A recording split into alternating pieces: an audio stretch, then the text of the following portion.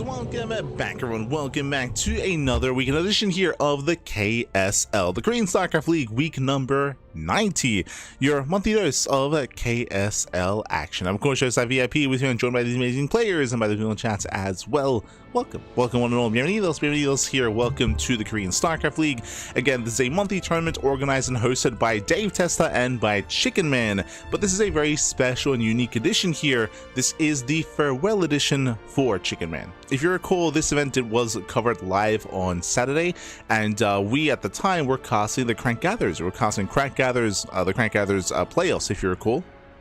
Day one of the playoffs, and we actually raided Chicken Man as we wrapped up and as the KSL was starting, to give him some love, to give him some support, as Chicken Man is retiring from StarCraft 2.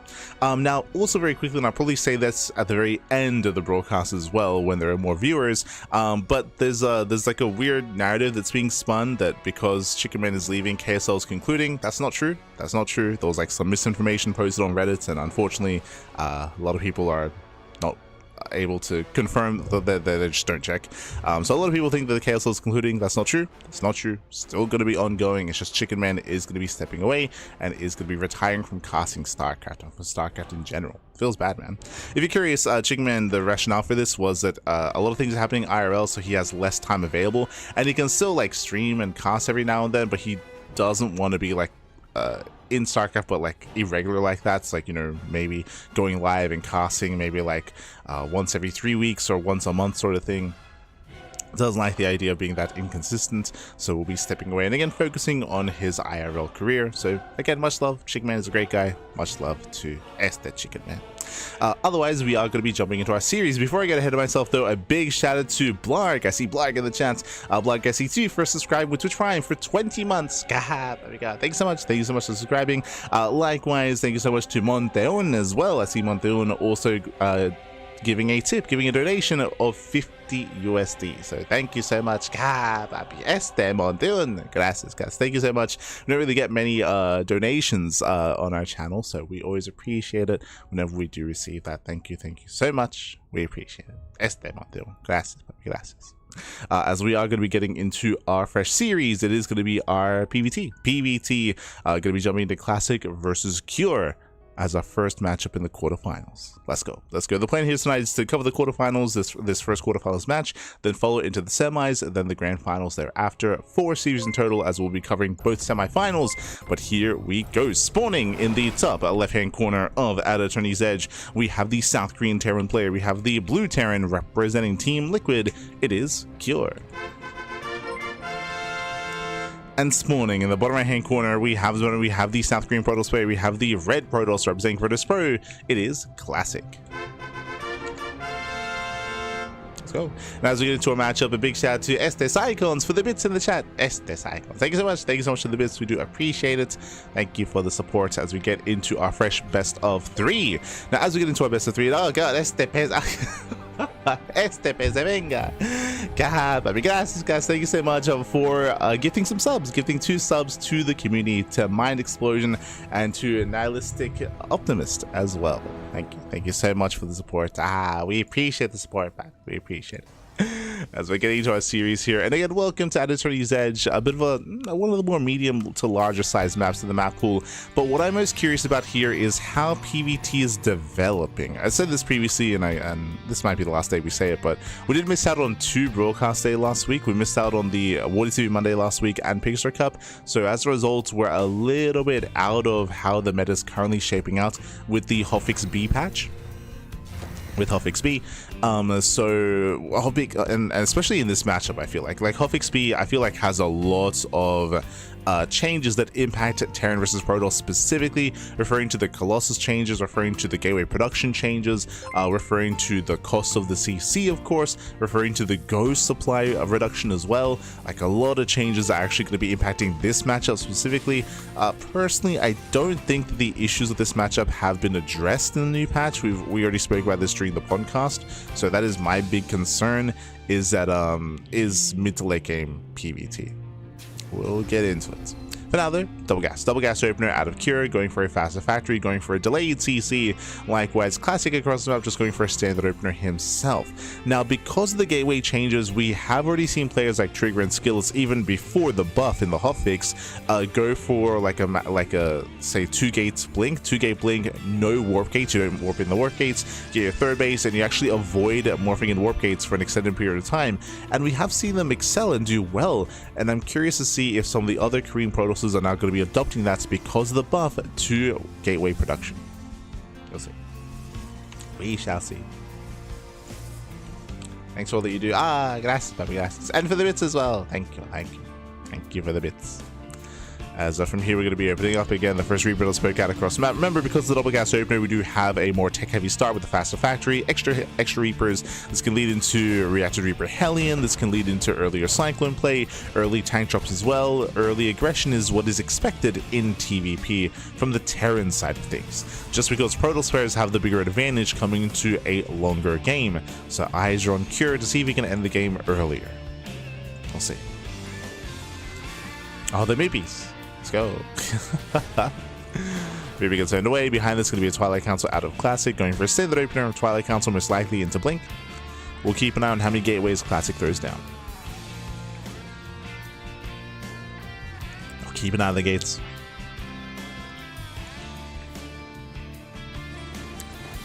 There are 2 Reapers poking towards the natural. They poke in. They get 1. And 1 probe going down. Do we get 2? 2 probe kills. Very nice. The Reapers, they do back up. KDA charge on the Stalker. And so far, a decent start here for Cure. He does get in total 2 workers. Doesn't lose anything. Pulls away. Behind this factory is now done. And we're going for, early Widow Mine production. Okay, I was curious if it was going to be Hellions or Cyclones, but no, it's going to be early mine play. Cure setting up for a very early drop. So early drop is coming. It's going to be on Classic to keep up. To defend. Alien scouting on the top side, Reaper on the south side, looking for any kind of proxies. And that is going to be an extra gateway. I believe that's 2? Yeah, 2 gate blinks. So far, 2 gate blink Stalkers. At this point, we're expecting a 3rd gateway. Otherwise, we could attempt to expand. We'll see how greedy Classic is going to be. As the drop is setting up. And soon to be moving out. It looks like the drop is going to be hitting with Marines and with Widow Mines. Now, typically the goal here is for Marines to kill workers and for the Widow Mines to zone away the Gateway Army, but we leave the Marines at home. So Marines are being left at home, Bunker is now done, and here comes a double mine drop. Meanwhile, Classic is playing a little bit safer. That is going to be a Robo before 3rd base, so safer build here. Earlier Robo means earlier Immortal production if need be, and of course earlier Observer if we need detection. So safe build out of Classic. We'll claim his 3rd. At the same time, drop into the main base. We're still keeping the gateways regular. Soaks in the main. Reaper Hellion hits the 3rd. And Classic, he doesn't react. He does not react, he's ready in the main. Drop does come in. And Classic is ready. Oh, and zones away. Nice zone. I say zone. Did we get a kill? One more shot. Oh my god, just barely not. The medevac does pull away. Widow Mines to survive, but so far a stronger defense out of Classic. Classic is defend. You can see he's trying to get in position to intercept. Behind this, claiming his 3rd base, taking up into charge, into the bay, into Colossus, all off of 2 gateways. So again, relatively, I don't want to say greedy. I mean, we're cutting some corners here, staying on a lower gateway count, building up the 3rd base, now taking up a little bit harder, going for delayed gateways. So very tech-heavy follow-up. Again, Classic is still searching for any kind of drop, and the drop is still here in between the bases, or outside of the main. Still outside. Back at home, Cure, he's building up 2 bases. Cure, he should not move out until he gets Stim. Basically, until Stim is done, Cure is stuck at home. So stuck just being contained, turtling up.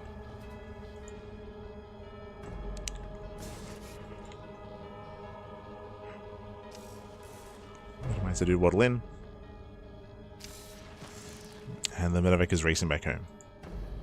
So as it settles, I do prefer Classic's position here. I do like the corners that he cuts building up into 3 bases, and also I do appreciate the corners cut building into the mid game, delaying gateways, faster Colossus production, faster charge.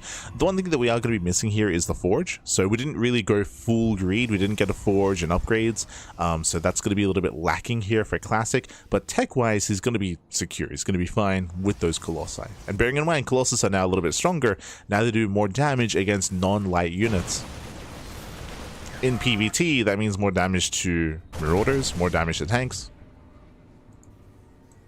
Same damage to Marines as they did previously.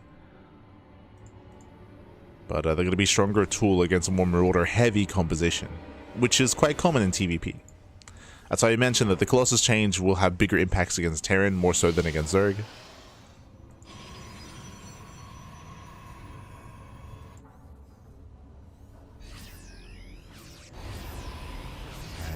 He does attempt to move out.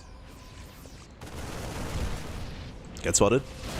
Make it spotted. Nice time with the Widow Mine. Gets one. One mine and 1 Marine. Classic slowing this down. Getting ready. Colossus has arrived. Charge is done. Tank till siege. And ideally, Classic wants to pounce on this army unsieged. Does want to catch Kier with his pants down. Kier's got to be careful. Now pivoting back around. Classic fully saturating the 3 bases, now getting a 4th.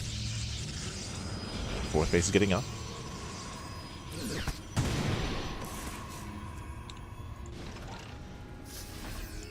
Zealot does get eyes on the main army. Classic can respond. Cure is reinforcing. What's important is that Cure, even though he's been defected, he hasn't lost any kind of major components to his army. Like, it's still being reinforced, it's still very hefty. He can still take a very strong fight. And the armies were kind of passing by each other here. Oh, yeah. Do we end up going for a base trade? Classic's going for the natural. Cure's in the middle of the map. Cure, what's he gonna do? Does he turn around? He commits. Yeah, Cure commits. We're going for the base trade, but Cure, he's late to the base trade. Zealot busts into the main base. Stalkers, they blink into the natural. Colossus being left idle. So a little bit messy here from Classic. Missing out on DPS. Cure moves in. Now the Colossus get activated. The boys, they should not get away. I say that. Do we get one? Nah, not even. Yeah, every SCV goes down. At the same time, Cure does break the natural. And we're going for a recall. There is energy in the main, but I feel like recalling to the main would be a mistake. Does recall to the 3rd. And we have to hold on to those Zealots. Yeah, Classic coming from behind, going for the surround. And this is all that Cure has. Classic, oh, he's a little bit premature though. Yeah, it's premature, these Zealots are going down ahead of time. Now the army blinks in, gets 1, gets 2 tanks. But again, threw away the Zealots too soon. It might not matter though. Yeah, the Colossus, they reign supreme, they swipe away at the army. 29 probe kills, that's a lot of economic damage. But Cure should be cleaned up. Does load up though. Does load up, does pull away. Classic, he's still on 3 next side. He's on 3 bases. He did lose a lot of his production. You can see here he's down to 3 gateways. Only 3 gateways. Did lose his robo as well. So limited production here. At the same time across the map, at Cure, he's down to 8 SCVs. He's down to 8 SCVs. Oof. So Cure, he has no longevity in this game. There's no orbital either. He has a 3rd CC. Not an orbital yet, so limited mules. And Cure, he should be outscaled. He did retain some of his army, which is nice, but he's down to 0 tanks.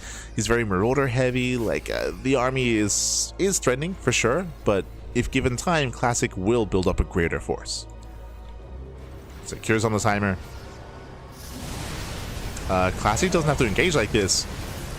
Yeah, Classic, he has to get the hell out of here. Does pull away. Cure pushing forward. Classic keeping up.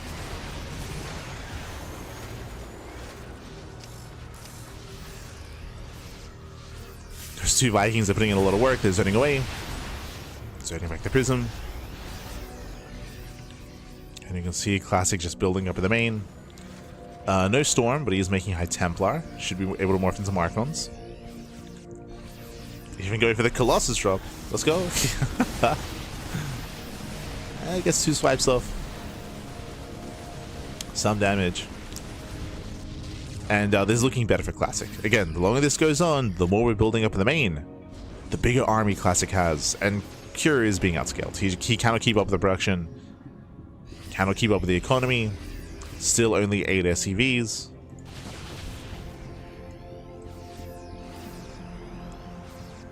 Classic moving in.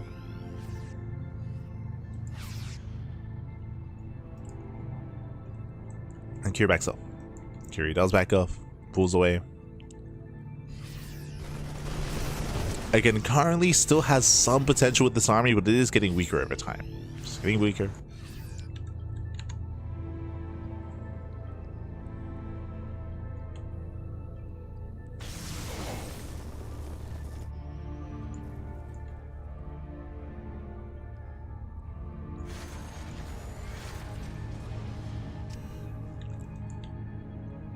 As Classic, he does rotate over.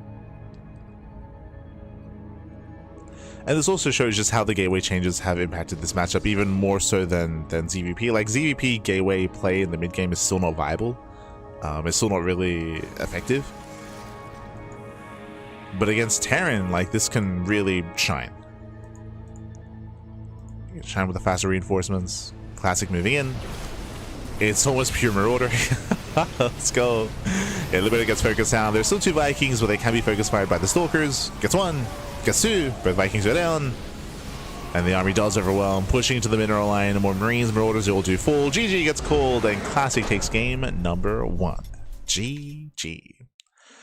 Whew. And GG well played. Classic will take a lead in the series. Again, Classic had a very strong start to the game, able to cut some corners, build up into a 3-base economy, delay his gateways, and get into a heavy tech army as well. By the time Cure moved out, Classic already had Colossus up running, he already had Charge as well. We could have still seen a back and forth there, but unfortunately Cure, he missed the rotation, right? He missed the army bypassing Cure. Cure, his army was at the Zelnaga tower, but he didn't really have any vision on the sides of the map, on the siding, like flanking kind of attack paths. As a result, we saw that Classic got all the way across, commenced the base trade, and then Cure, if you remember, was late to base trade because he was in the middle of the map. He had to rush across, push into the natural base, did kill an expansion, did kill a bunch of production, but in the end got surrounded. We saw that recall. GG. GG well played. With that, Classic does take a lead, and now we're going to be loading into game number 2. Going to be loading into Lockdown. Let's go. Be jumping into that second game, and again we'll see if Cure can recover. We'll see if we can have a bit of a more successful early to mid game. But now they're spawning in the top right hand corner of Lockdown. We have the South Korean Terran player, we have the blue Terran.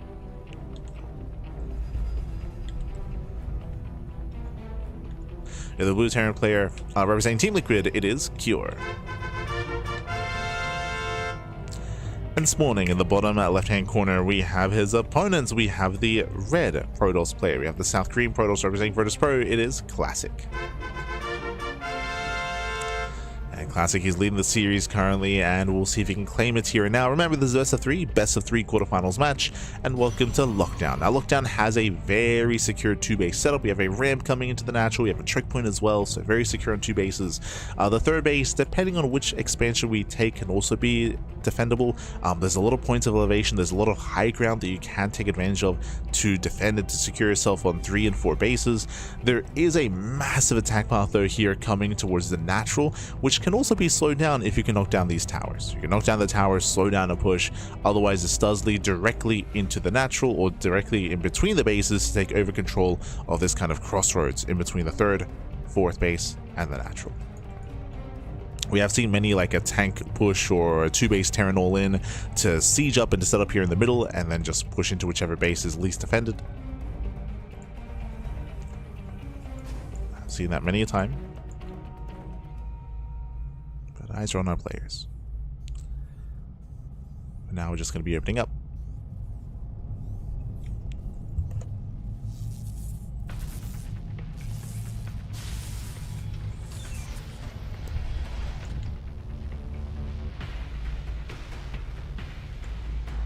Now we're just going to be opening up here. Cure likewise going for a single gas opener. So as opposed to last game, this time economic start at a Cure, going for a faster CC. You can see that Classic is in position to delay the expansion, so being as annoying as possible. He's on patrol. Does delay.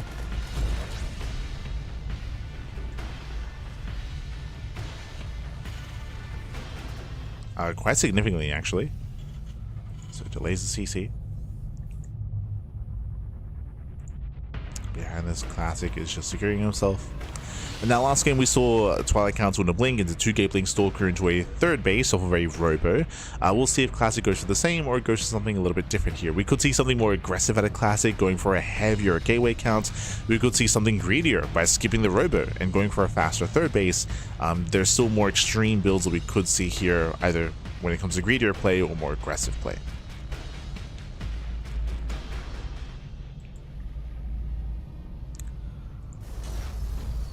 Strong Classic.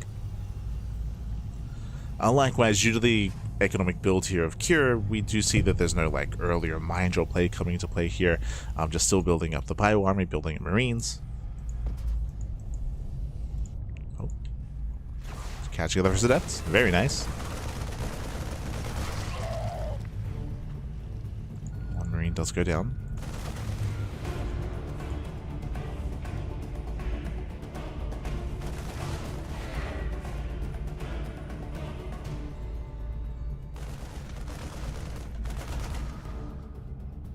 Adept is getting caught. Behind this we have our Twilight Council, 2nd gateway. So far, same opener here, going for Blink. Setting up with 2 gates. So far, so good. So standard, specifically. Meanwhile, back at home, Cure getting into zone at 1-1-1. Tech Lab is on the way. We could see an add-on swap here into, say, Banshee or early Raven Harass. Otherwise, Safety Cyclone. Oh, no add-on swap. Okay, Safety Cyclone out of Cure. And we did notice that Medevac. There it is. Medevac is on the way. Cure going for the drop. So again, a little bit safer here. The Cyclone, of course, does have some potential to pick up some key gateway units early on. But it's also a very secure opener to shut down like Oracle Harass, for example. Especially because Cure did not scout the main. Oh. Yeah, 0 scouting out of Cure, so he's unaware whether it's a Stargate or a Robo or a Twilight Council. Meanwhile, Classic is cutting corners. Okay, greedier build. You see what I see? 2-gate Blink, similar to last game, but no Robo, faster 3rd. So much greedier build here. Classic does cut some corners, will delay his Robo, faster 3rd compared to last game. This does mean later observers, later detection, later vision on the map. So there are some downsides to this. Where's that Medevac? Okay. Yeah, Medevac has arrived. Cure, he does scouts. He does get eyes on the 3rd base timing, so nice scouting here by Cure. He does identify that there's no need to get a bunker, so he does skip the bunker. He has the high ground anyway.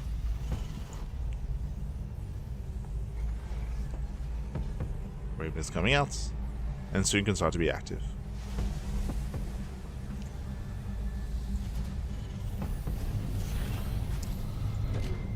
Soon be active.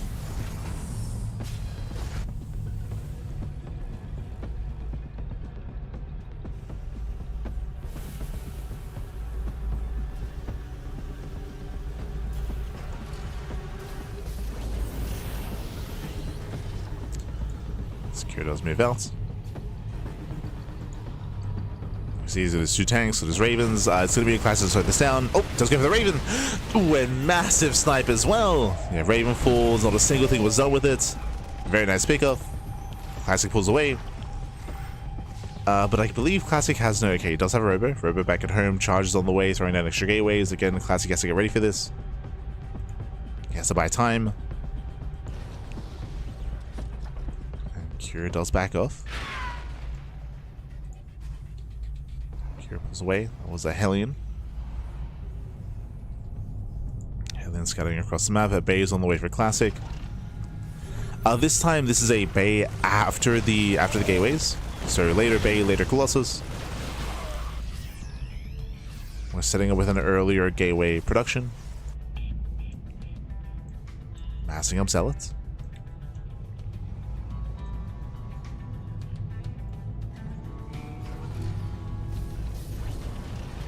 Massing up. Cure pulling back. And herO gets a third CC. Okay, so we're building up into a longer game. herO, he does recognize, especially after losing that Raven, herO can't push. He cannot push. He's stuck at home, going for a third base and building up in towards the early to mid game. Again, due to the cost of the CC, now it's less punishing to try to go for this. So now it's a little bit more accessible to go for the third CC to build up into the economy. So the game is going to slow down. The game is slowing down. Classic building on more Colossus. Charge is now going to be finishing up. We can then start to work towards a fourth expansion.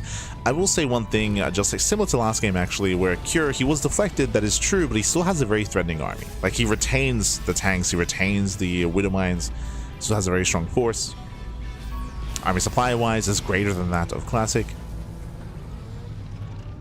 as he sets up for the third. And Classic does scouts. The Observer sees everything. Classic is aware. He's moving in. Classic, he wants to commit into this.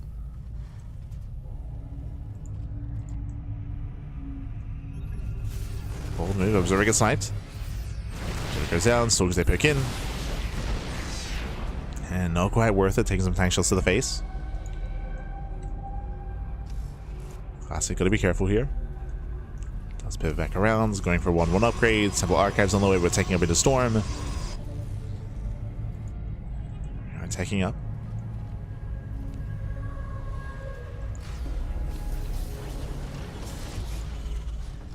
But so far, herO's defending well. He's defending well, throwing down the Up Sim City, depots, turrets, sensor towers, Ghost Academies on the way. Reacted Viking. Armory for upgrades.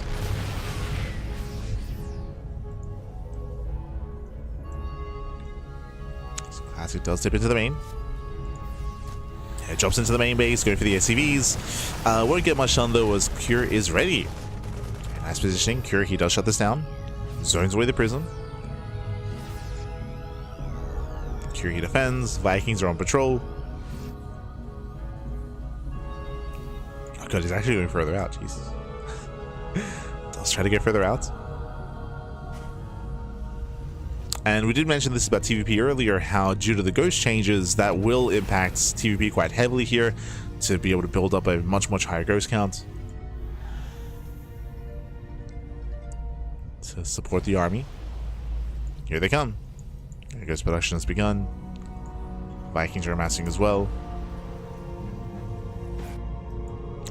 This does mean, because of the reduced supply that ghosts take up, it does mean that Terran maxed out armies are going to be larger than before, as now there's more free supply.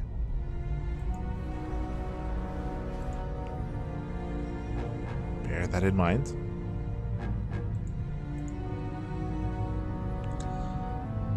And Classic is double expanding, trying to max out. The goal for Classic should be to max, get the better economy, and then start trading. Dropping into the mineral line. Get some SCVs. 1, 2, 3, 4, 5. Okay, not bad. 5 SCVs. 6.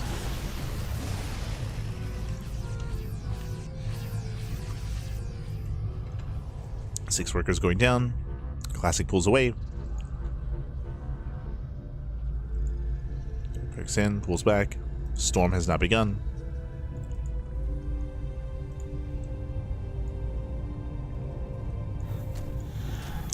And that was a nice start, but Classic still needs more. It's difficult to really break a turtling Terran player on 3 bases, but as herO gets a 4th base, as he starts spreading himself a little bit more thin, this should be the trigger point here for Classic. Ooh, what is that position? At 5, 6, 7 probes going to be going down.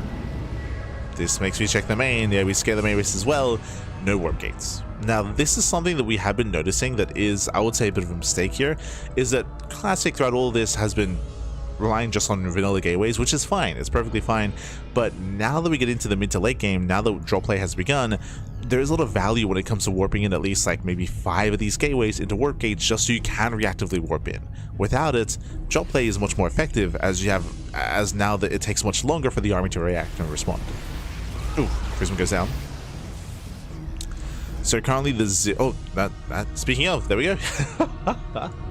I was like, oh, just like 5 gateways now, morphs in every gateway into a warp gate. This I'm not too fond of. This does mean that now your main army is going to be reinforced slower. this does allow for faster warp-ins, that is true, but your production is now going to be slower than what it once was. So, slow production overall.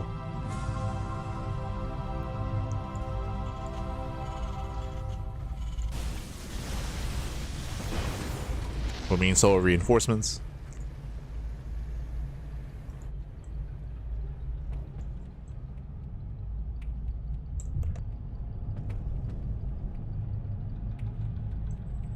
Classic rotating over. Let's go to 4 Colossus. Trying to find our way in. So far, Kira is keeping up. Ooh, your mind shall say go off. And EMPs are available. They do land. Covering the Zealots. Vikings are looking for a better angle here. Zealots peel off into the mineral line. SVs are going to be going down. Oh, does attack move onto the depot? There we go. Gets in. Massive EMPs. Yeah, EMPs are connecting. The Stalkers, they should clean up all the Vikings. Colossus, they go ham. Oh my god, the lasers.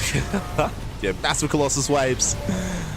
Marines do crumble, but now the Viking does take down 2 Colossus. There's only 2 left.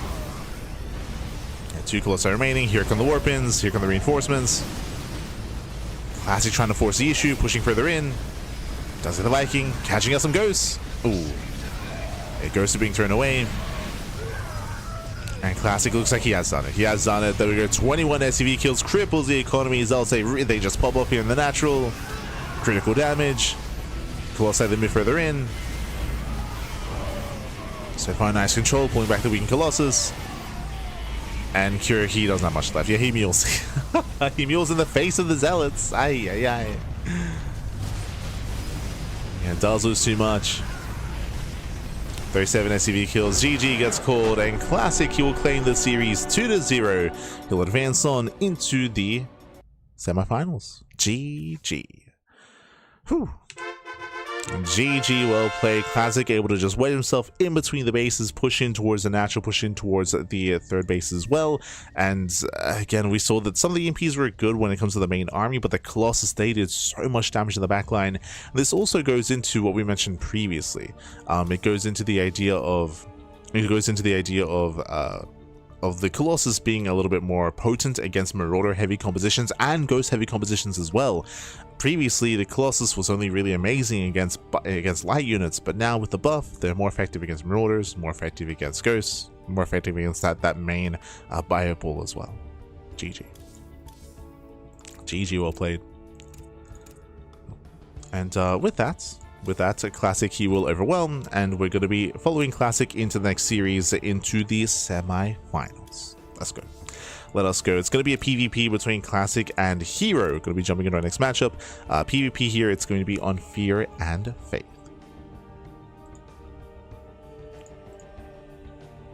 Here we go. We're getting ready for our PvP action. We're loading in.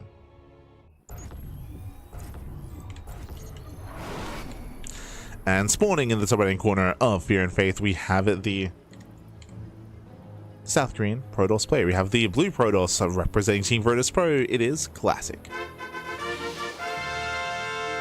And spawning in the bottom right-hand corner, we have the other South Korean Protoss player representing T1. It is herO. Let's go.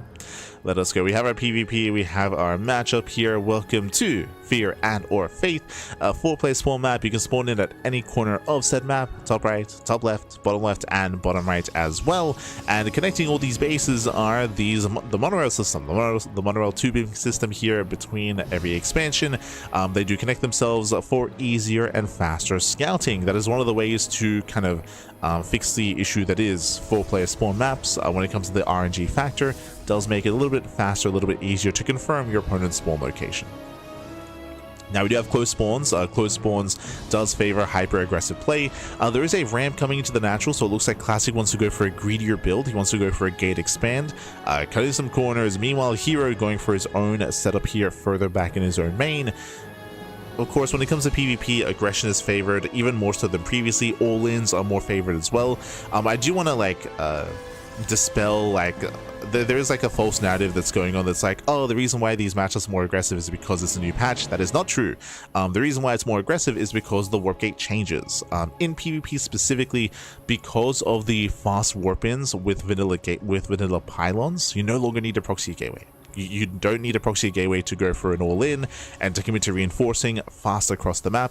So because of that, we have been seeing a lot of 1-base all-ins and 2-base all-ins hit even harder, even faster, because all you need is a singular pylon to get across the map and to keep that pressure up. Meanwhile, here he does find his opponent. Does confirm the gate expand, does confirm the greed. hero's going for his own economic follow-up, at least trying to. He has the money, but the probe is here to block. So nice block at a Classic.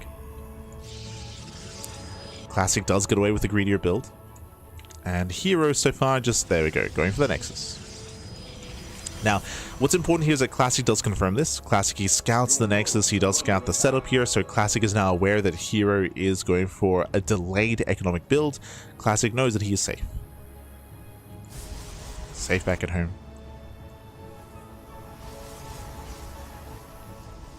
From here we can build up. And do we go for Stargate play? Do we go for Phoenixes?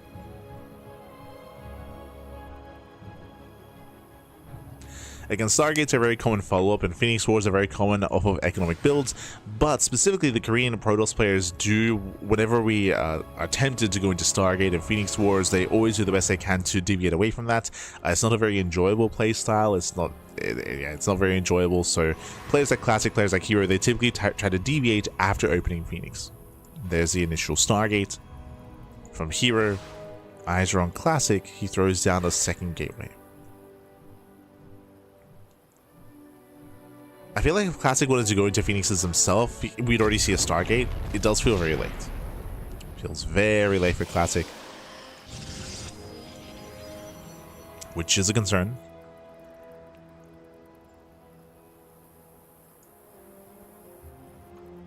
Still because they move out. Now we see black.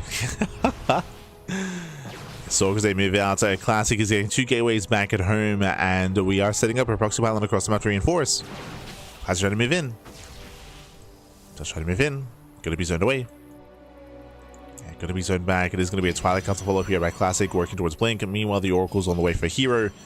So far unscouted. As herO does chase Classic down.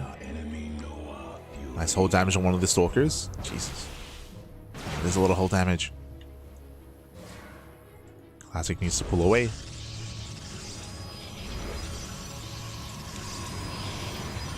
Pulls back, he pulls away. Again, still unaware of what's going on. The first Oracle has now hit the field.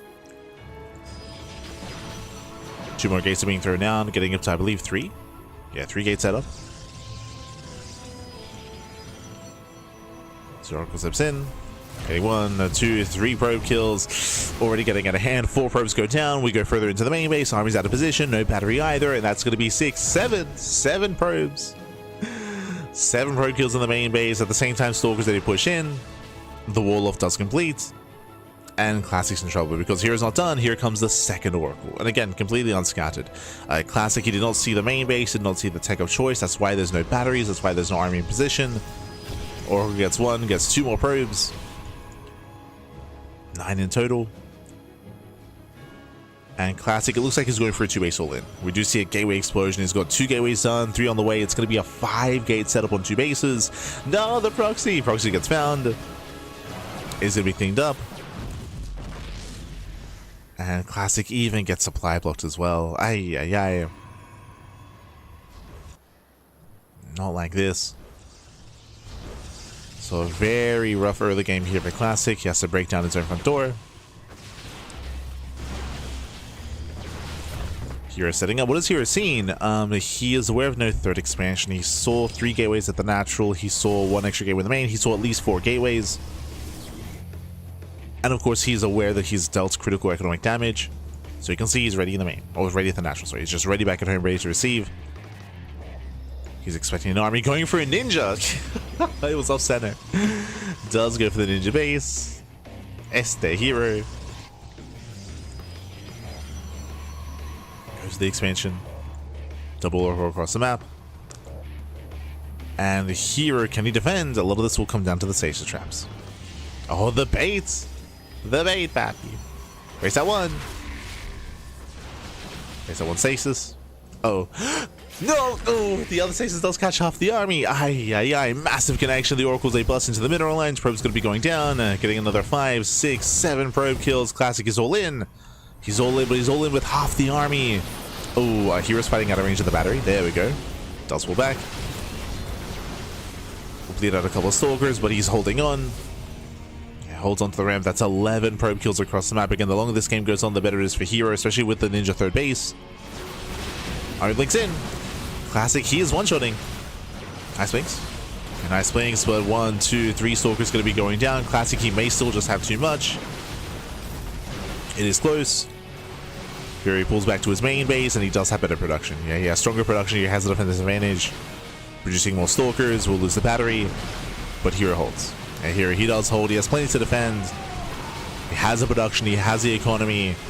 And Classic has run out of steam as we lose another 8 probes across the map. GG gets called, and herO takes game number 1. GG. Whew. GG, well played. Again, herO does take a lead in the series. At Classic, he did try to go for a greedier build, but he did not scout. Did not scout the main base. He did not see the Stargate. He was woefully underprepared for the Oracle harass, and those Oracles did critical damage. They won herO that game. They won the game. They crippled the economy. They delayed the all-in with a stasis trap. They also ensured that the arm was smaller for Classic because he had to rebuild his economy, and also he did hit later as well. GG. GG, well played. With that, we're going to be loading into game number 2. Going to be loading into Rainfall. Let's go. Loading into Rainfall. And spawning in the top left-hand corner of Rainfall, we have the South Korean Protoss player. We have the blue Protoss representing Protoss Pro. Down in the series, can he bounce back? It is Classic. And spawning in the bottom right-hand corner, we have his opponents. We have the red Protoss player representing T1. It is herO. Let's go. Let us go. We're here. We are back. We are getting into our second game of the series. So far, we are going to be opening up on Rainfall. Welcome to Rainfall. Rainfall is a smaller map of the map pool, shorter rush distance by ground. Aggression and all-ins are favored. So proxies, 1 base all-ins, 2 base all-ins, that is what we expect here out of Rainfall. We did see Classic go for a 2 base all-in last game, but that was on Fear and Faith with close spawns. I should have emphasized that as well, that we did have close spawns, which favors aggression as well. And again, that aggression should be continuing here into Rainfall as well. So far, we're opening up. There is less of a chance that Classic does go for a faster Nexus. Same for herO. It is very unsafe to go for a faster greedy build on Rainfall. Very unsafe. Go. Just trying to catch up.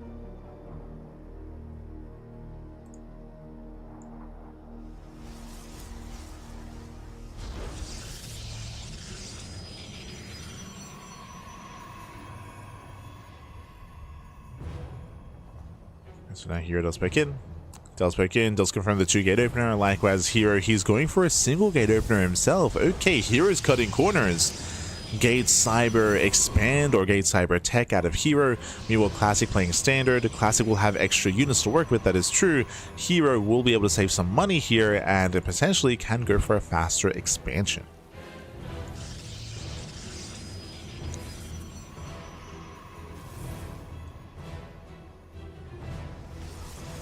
hero's building up.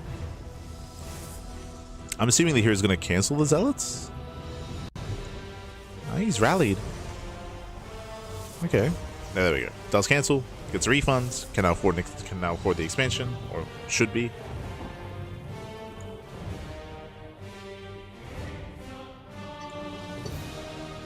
It's going to be double Stalker opener at a classic.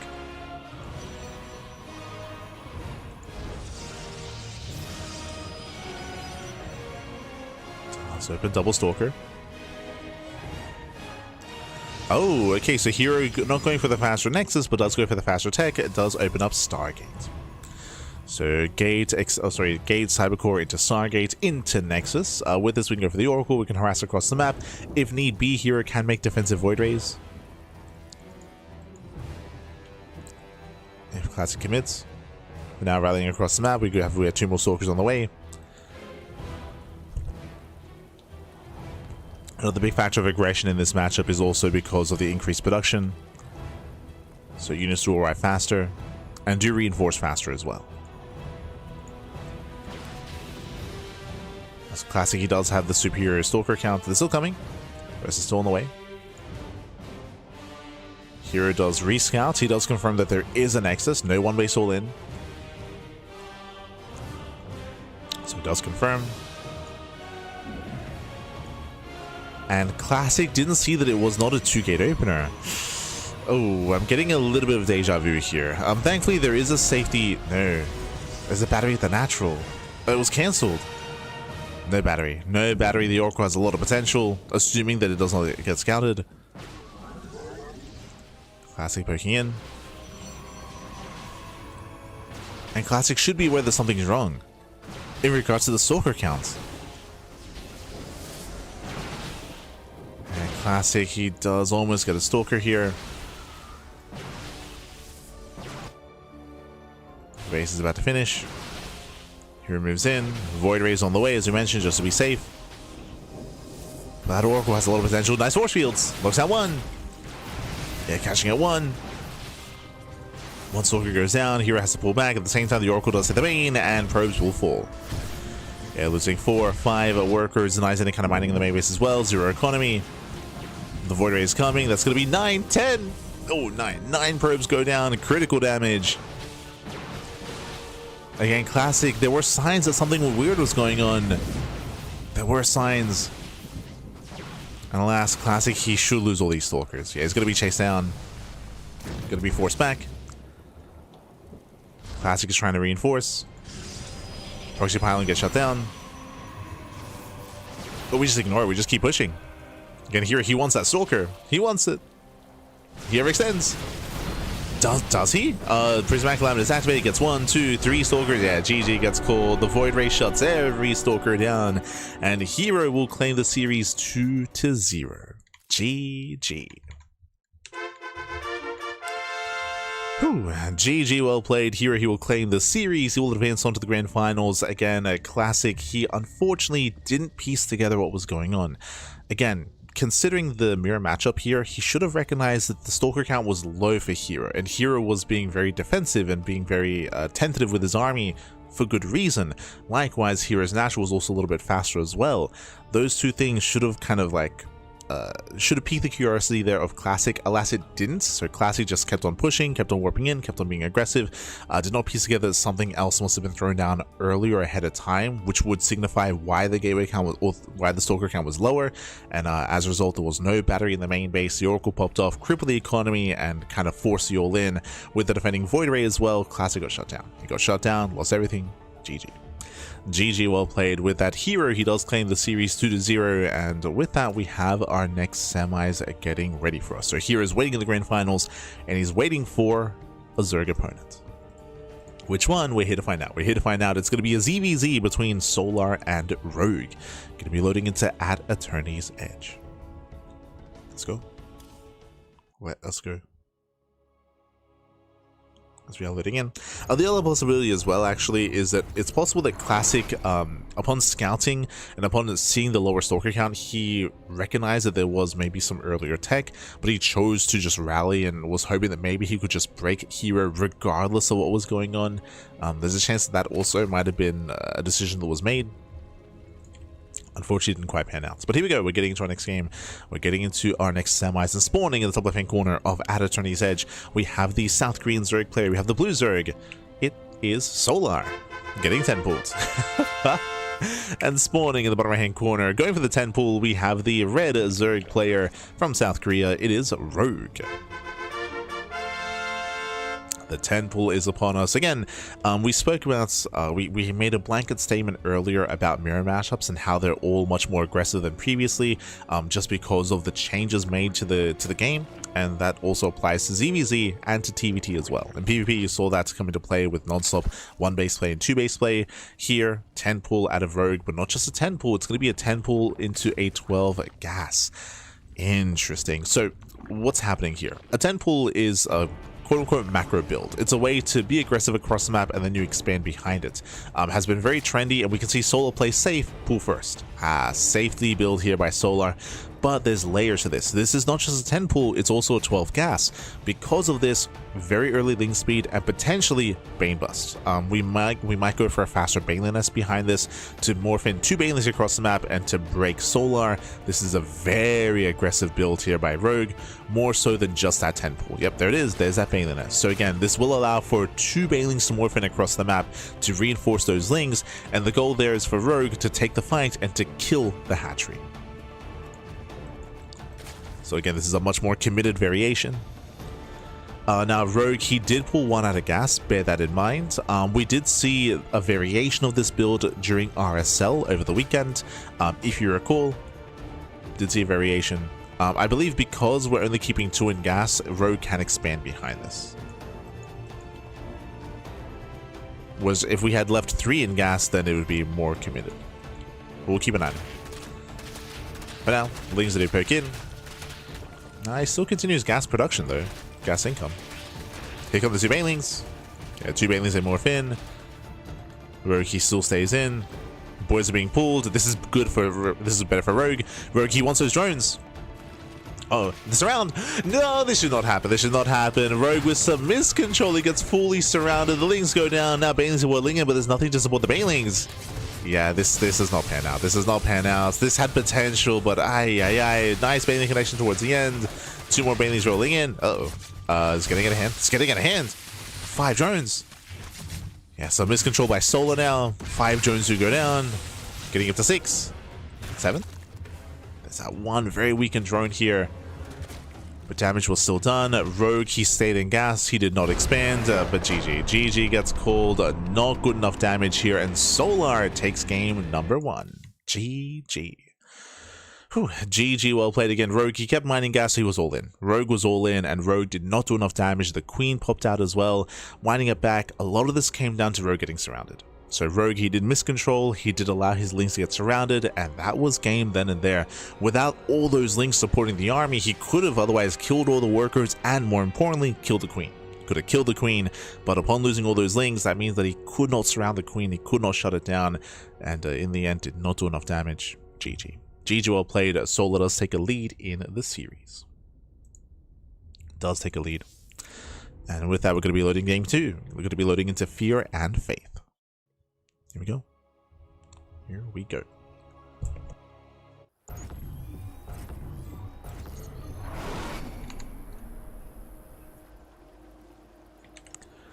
And spawning in the bottom right-hand corner, here of Fear and Faith, we have the blue Zerg player, the blue Zerg player himself, leading the series 1-0, surviving the early aggression.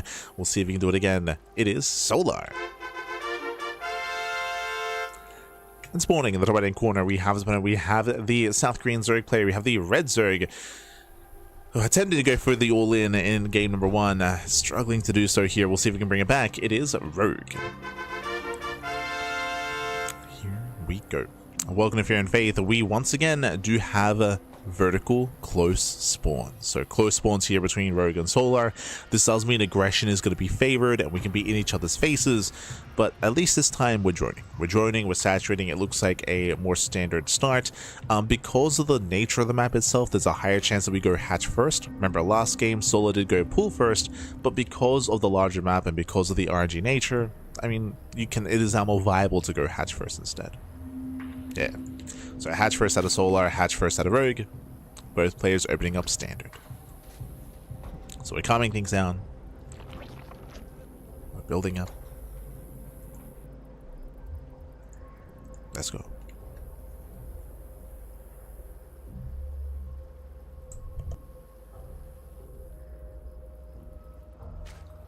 Ah, buenas noches. From Denmark, papi. Ah, buenas noches, papi. Buenas noches. Get some rest, papi. Get some rest. I know it's quite late in Europa.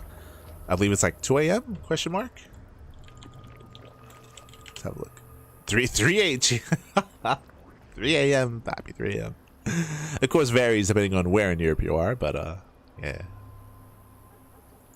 Very early in the morning. Buenas noches. Buenas noches. Be able to get some rest, enjoy some StarCraft, of course. Bearing in mind that we are going to be live tomorrow with the Sparkling Tuna Cup. I say tomorrow, later on this evening, later on today, with the Tuna Cup. That'll be in around 10 hours? 9. That'll be in around 9 hours' time with some more StarCraft. Oh, the StarCraft, papi. Oh, the StarCraft.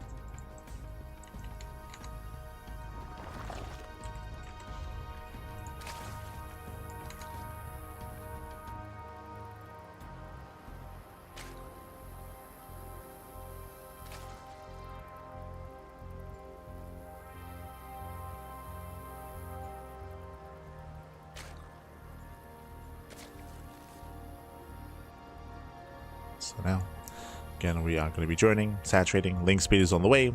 From here, we can start to claim our third base, and from here, we can build up into some Link Bane. Really, we're going to be waiting to see if anyone does end up skipping their Bailey Nest. Do we skip our Bailey Nest? Do we go for an early Eva Chamber? Do we go for an early Roach Horn? Do we try to go into an earlier lair? So we're trying to see where the gas is going to be spent. We have the answer. Safety. Oh, actually, a hidden nest further back for Rogue. Okay. Does slow it down, does not pull out of gas either, so this is going to be much more committed here by Rogue, going for Link Bane aggression. Solar back at home, he is going to be, I mean, he does pull out of gas, which is standard, so he's going for a much more standard timing and standard build. We should be seeing a defensive Bane Linus here, but it is going to be a little bit later.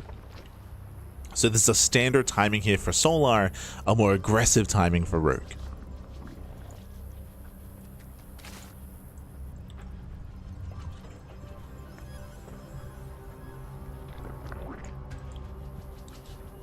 So here we go, Link production has begun. Baneliness is complete. Shows his Banelings. Here they come. So here comes the bust. I say bust, of course. Rogue is taking behind this and taking gases, so Rogue is going to be applying a bunch of pressure here, and we'll see if he can trade well, while he starts to drone up and tech up behind this as well. Okay, Banelings, they finish morphing in. Roach Warren for Solar. Rogue's coming. Getting in position. Ideally, he wants that third base. Solo making defensive Banelings. Does make them defensively. Rogue has arrived. Oh. Cancels off the expansion. And so far, I get some damage. Nice to mining at least. Oh, as he just commits in. They're still rallying. We have 4 more Banelings morphing in. Solar, he cannot engage. The hatchery's getting low. And it may just go down. Yeah, it may just go down. Nice bait on some of the Banelings, though. We have 1 Baneling waddling in. And Solar, does he save the expansion? No shot. Oh my god. Baneling connects. We have 1 more Baneling. The hatchery's getting low. Oh, it does get low. It does go down. But it did cost Rogue a lot of units here. A lot of Link Bane was spent. And behind this, Solar is building up roaches. Meanwhile, Rogue is going into 2 base. Muta. Spire is on the way. Very greedy here by Rogue. He's running down the Spine Crawler.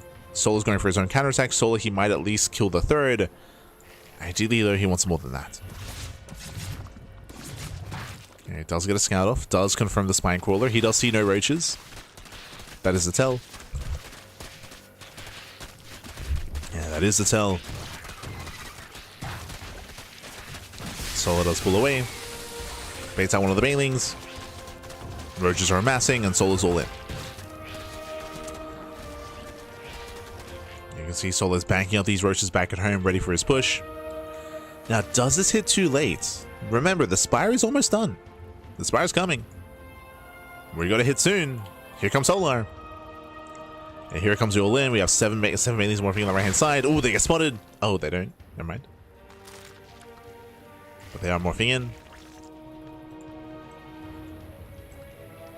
Rogue going for the backstab, trying to catch reinforcements. He will get a roach. 1 roach for free. Yeah, gets 1 roach. And might get a couple of others. Yeah, 2 more roaches get surrounded. Soul's moving in. There are 2 spines done. Ooh, 2 spine crawlers done. Killing the 3rd is not good enough. We gotta keep going. Take out the banelings. Up the splits. Ooh, it does not quite split. Takes down one of the spines. Yeah, gets 1, gets 2. He's gonna get all 3. All 3 spine crawlers go down. Nice zoning here with the roaches. They do zone away the banelings. And drones are gonna fall. Yeah, drones are going down. This might just be too much here. There's so many dead workers. As Soul is still just link flooding. Just flooding in. Getting it to 9, 10, 11. Plus drones going down. There's no queens remaining. But not enough roaches. Yeah, not enough roaches. 11 drone kills. This is good damage, but we need more than this. We still need more. 3rd base does go down. Behind this Solar, he now starts droning up. But again, this was not good enough damage. Mutazay gain map control. And Solar, he has to rely on purely Queen Spore defense. Ay, ay, ay. Soul's in trouble. The Banelings! Oh my god, massive connections. Yeah, Solar gets shut down, takes the Banelings to the face. We'll lose 1, 2, 3, we'll lose every queen. We'll lose every queen, and with that, the Mutas, they've done it! They've done it, they snowball out of control, they get across the map, they reset the queen counts. They reset the queens. They push further into the main base. Spores do finish. We gotta respect them. Do you have to respect those spores? Oof. Again, you can see Solar trying to bait out the banelings and trying to break through. Solar desperate for damage here. He's desperate. Mutazay race back. They focus on all the banelings. Again, Solar is still in trouble here. Trying to buy some time, asking on more lings. As long as Rogue keeps some defensive banelings, you can see that's a lot of defensive banelings. Yeah, GG. GG gets called. Rogue ties up the series 1-1. We are going to the ace match. GG. Whew. GG, well played. Again, winding it back here, Rogue, he was able to be successful with the early Link Bane aggression. Remember, he went for the early Baneless into early Link Bane. He killed the 3rd base. He was able to cripple Solar, force a counterattack, and Rogue behind it was rushing into Mutas. There was a window here in time where Solar could all in and maybe try to kill Rogue, and he did some damage. He was able to break through the spine crawlers, reset the queen count, and kill, was it 11 drones? Kill 11 drones, but that was not good enough. That was not good enough. He needed more damage there. Barely didn't have enough to cripple the economy. And once the Mutas hit the field, that was game. That was game. Then and there, Rogue, he was able to snowball out of control and claim the game. And with that, we're now going to be loading into Game 3. Going to be loading into Sanctuary 3. Let's go. Oh. Here we go. As spawning in the top right hand corner of Sanctuary 3, we have the blue Zerg player. We have the South Korean Zerg being forced into the ace match. Can he bring it back? It is Solar. And spawning in the bottom left hand corner, we have the red Zerg player. We have the South Korean Zerg fighting back and putting a point on the board and forcing the ace match. It is Rogue.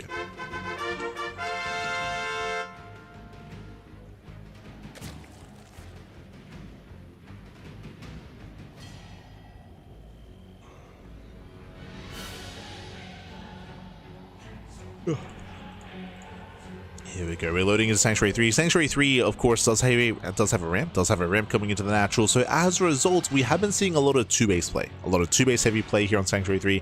It is much more viable, so eyes are on Solar and Rogue. Do we decide to wall up and wall off and play 2-base, which again has been very trendy this patch.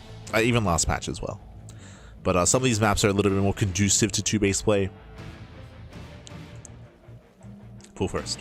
Yeah, pull first out of Rogue. Hatch first out of Solar. So going pull first here does signify that Rogue is going to go for late gas. He's going to go pull first into a hatchery into late gases. This screams 2-base play. Just because your gas is so late, because your gases are delayed, this does mean that Rogue will have later link speed. Because he'll have later link speed, that means he cannot defend his 3rd base. He'll also have a later Baneliness as well. So defending your 3rd base is very difficult here for Rogue. That's why this opener does look like we're going to be just staying on 2 bases and walling off.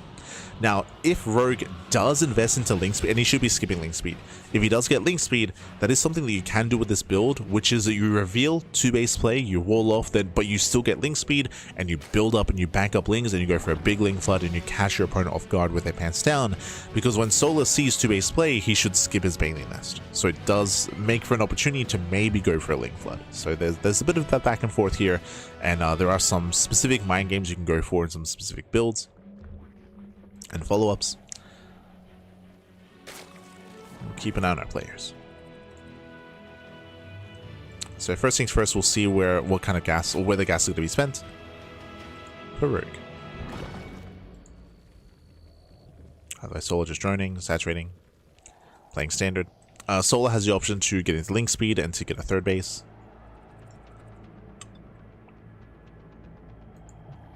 To just play standard.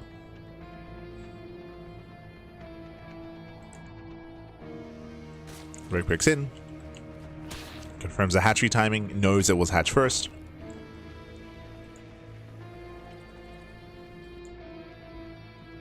Link Speed is on the way. And again, this is why Rogue should skip Link Speed, because it's going to be a big window in time where we have Link Speed for Solar and no Link Speed for Rogue, because he just doesn't have the gas.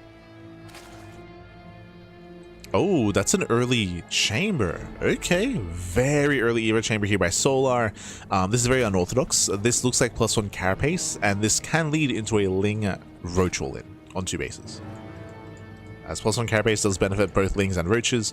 Meanwhile, we can see, yeah, we're skipping Link Speed, which is standard. You skip Link Speed going into a fast lair. So 2-base lair out of Rogue. We did mention that, again, his opener screamed 2-base play. We're getting there. We should be walling off here, and this looks like 2-base Muta with a lair this quickly. Technically, this could be 2-base Roach into Roach Speed, but with a lair this fast, I'm leaning more towards Spire and Muta play.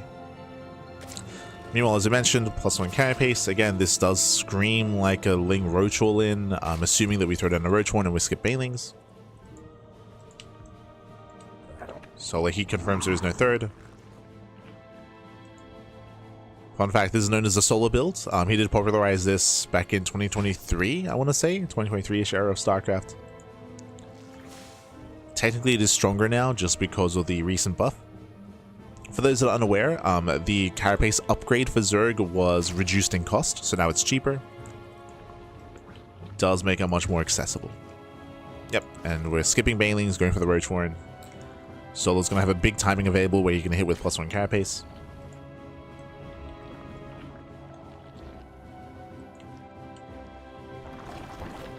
Now, I did say that it looks like we were going to go into Muta play, but the reality is we are not. Carapace here screams Roaches. Okay, so Roach Speed is on the way.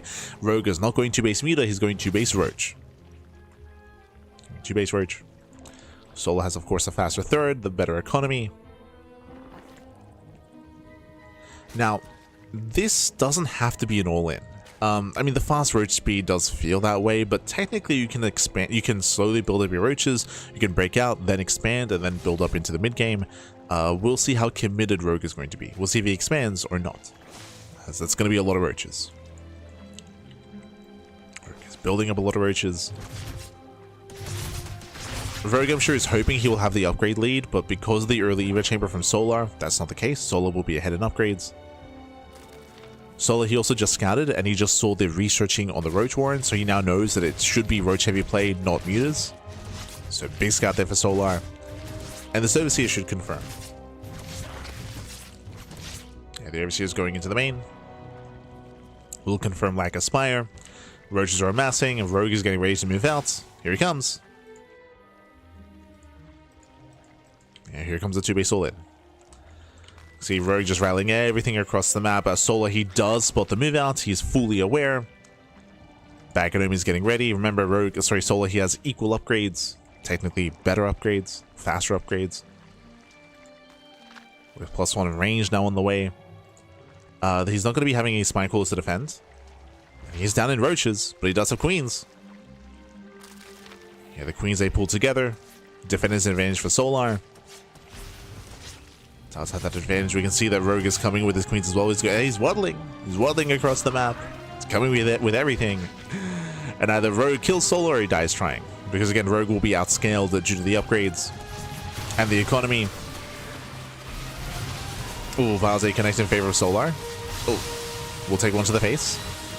It does take one to the face. Rogue trying to force his way in. It does break through some of these roaches. Yeah, Roach is going to be going down the wilds. So far, they forced out a little micro.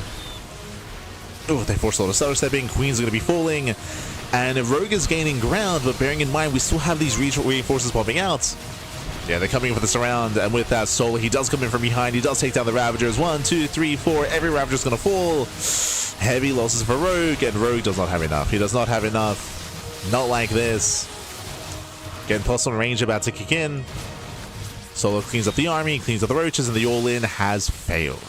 GG. GG gets called, the all-in fails, and Solar, he will claim the series 2-1. GG. GG, well played. Solar, he will claim the series. Again, Rogue, he built up into a big Roach 2-base all-in. Unfortunately for Rogue, he was almost hard countered because that fast Eva chamber had a Solar. The fast chamber screams Roach play as well. If you remember, I was saying Ling Roach, but once Solar realized that his opponent was going to be securing himself on 2 bases, Solar, he did not invest into Lings. He did focus on just purely Roach production, had the better upgrades, had the faster +1 range, and of course had the better economy. With that, everything that was in favor of Solar just had to buy time for those reinforcements, avoid those biles, and hold and defend. GG. GG, well played. With that, Solar, he will advance on. He'll advance on into the next round, into the grand finals, to face off against herO. It's going to be a PvZ. It's going to be a PvZ finals. Meanwhile, a big shout to Este Zergtroll in the chat. Papi guy, Este Zergtroll. Thanks so much. Thank you so much for subscribing for 18 months. 18 months, Papi. Thank you. Thank you so much for Twitch Prime. Again, we're going to be going on a short break. Here. When we come back, we're going to have the grand finals. It's going to be that best of 5 between Solar and herO. We'll see you soon. We'll see you soon after the break.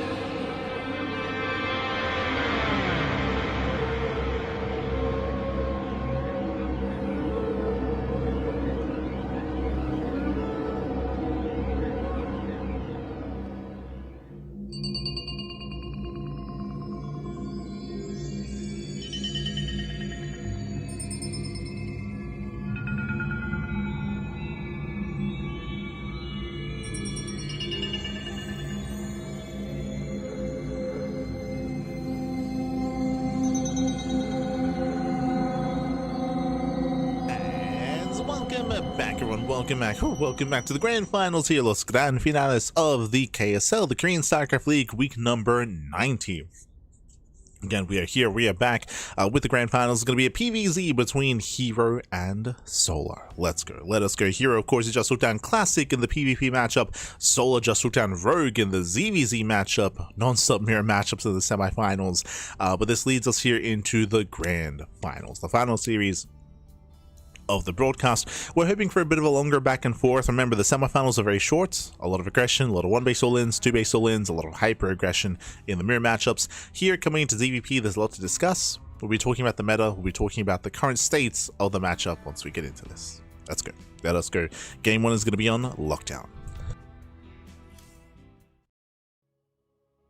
Here we go.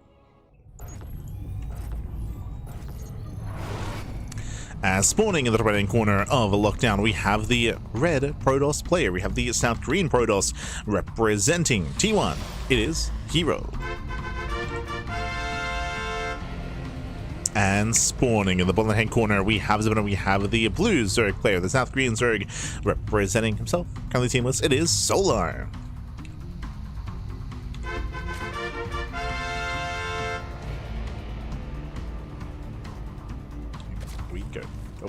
Here we go. We're jumping into our first series, into our first best of 5. Now, coming into this, welcome to Lockdown. Lockdown is an interesting map of the map pool. I would say it's relatively defendable on 3 and 4 bases. Due to the terrain, due to the high ground, due to the points of elevation, and due to the towers that can be knocked down as well. So we have seen some players successfully defend and turtle up on a 3 and 4 base setup. We'll see if we can get there here in this series as well. Now, when it comes to PvZ, it has been a very unfortunate matchup right now. This is a matchup that I would say was not addressed in the most recent hotfix, which is a shame, because I would say PvZ is probably in the worst state it's been in a very long time. Basically, because of a couple of things, of course. When it comes to lava changes, when it comes to the strength of Zerg in the mid game as well, in the mid to late game, Protoss players have been forced to do one of two things: either go for an all-in or play Skytoss. One of two things. Blink Stalker gateway aggression into Storm at this point is unviable. You don't see that kind of play anymore. What you do see, though, is, say, Stargate Opener into a 3rd base, into early Twilight Counts into Glaive Adepts, into Glaives, into early charge base builds, into early charge timings, double Stargate, Mass Oracle, into charge, into an all-in, Stargate into Fleet Beak, into the Mothership Rush, Stargate into Void Ray, into double Void Ray, into Mothership, into Sky Toss. Like, typically, it's that kind of more extreme play that we're seeing currently in PvZ, just because gateway play in the mid game is not really possible. When I say gateway play, I mean like Blink Stalker play. Blink Stalker play into Storm, into like Robo play for Colossus. That isn't really possible. You do see gateway play in the sense of like charge all-ins. Like, there are still charge all-ins, Storm timings, like that kind of stuff is still very much so frequented and still very prevalent in the meta to try to end the game early. So we'll see how herO will approach this. Now, what I will say about herO is that he is known for his variety of builds. He does have like a good amount of like 8 builds that he cycles between. Everything that I just mentioned, I'm sure we'll be seeing variations of that throughout the course of this series. When it comes to Glaze, when it comes to Charge, when it comes to Mass Oracle, when it comes to Void Ray play, and when it comes to Mothership Rushes. Again, typically herO does die a little bit, but typically herO does kind of cycle between all these things. And we'll see what he does opt to go for here in game number 1.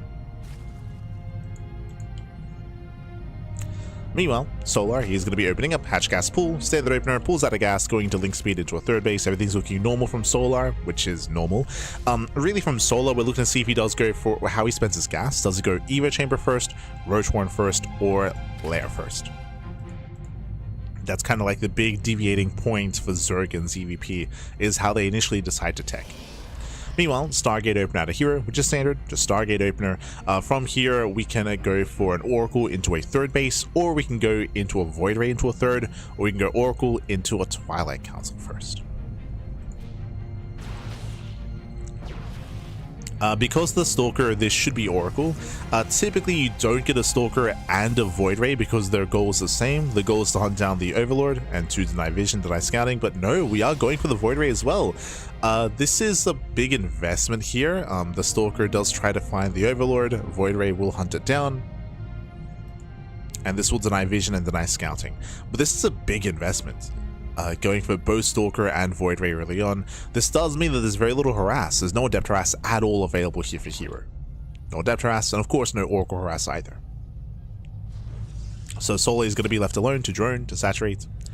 But he will have a hard time scouting the follow-up. Is this going to be a Fleet Beacon into Mothership? Is it going to be a second Stargate into more Void Rays? Is it going to be a Twilight Council? Early Council into early Glaives? Oh. We good? I just DC'd from BNet. I just what just happened? I'm still connected to OBS, I believe.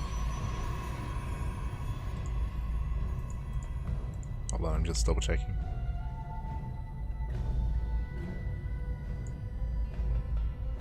Ah, we're good. Okay. Hey. BNet has been a little bit buggy as of late. I say buggy, it's been a little bit unstable as of late, but hopefully it's okay.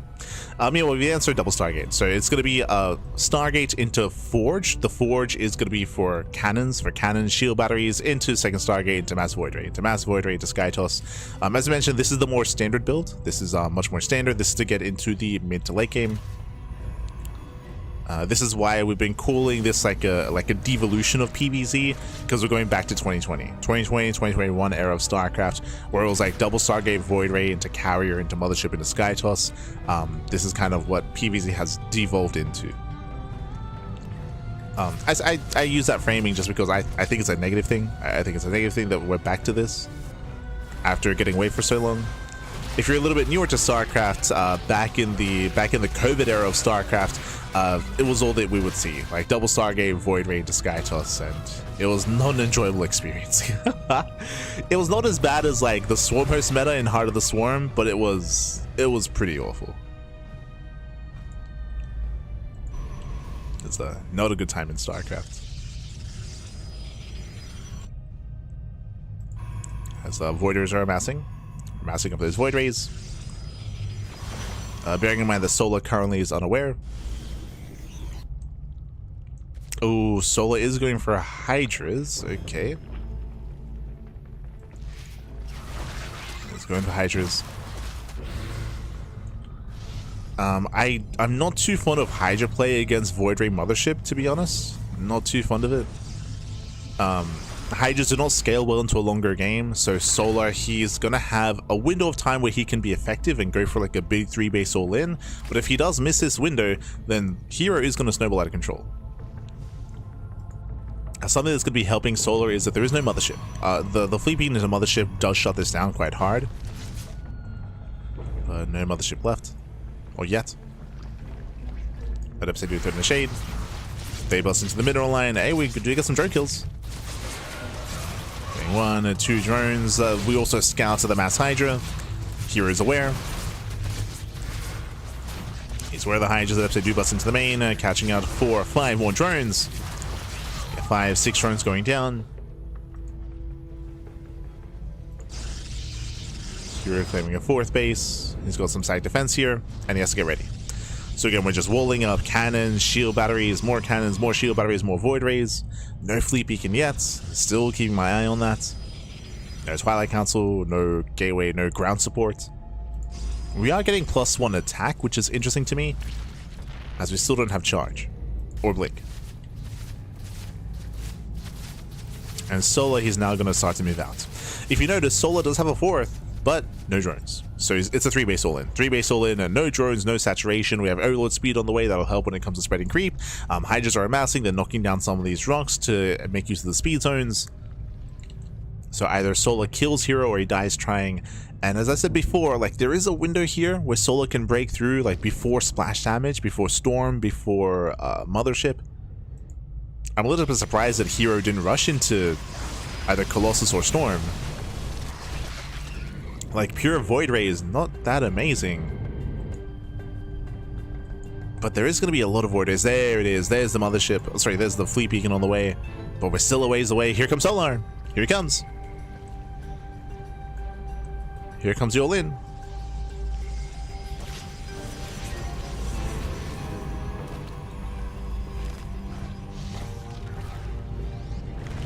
Solar commits across the map.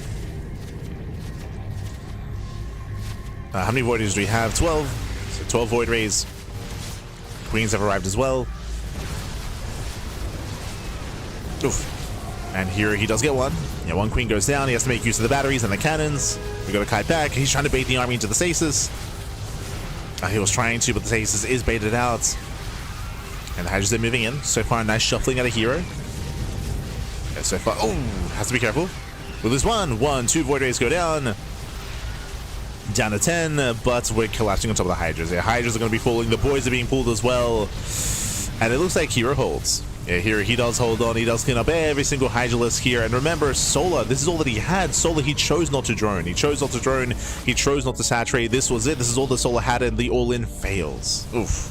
The all-in does fail. And now herO has a better economy. He has a better setup. He survives with all the voids.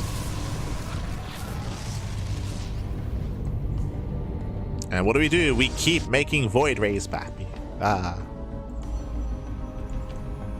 And Soul's in trouble. Soul, he's in trouble here. He cannot get into a longer game. As now Flux Phase has begun. Oh, hero's out of position. Yeah, hero's a little bit out of position here.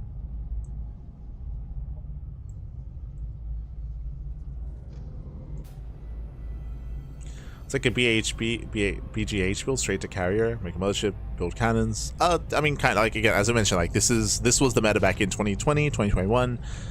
Is to go mass Void Ray, then like you go into like your capital ships. But here though, even though herO did get the fleet beacon, he's still just going pure Void, just pure Void Ray.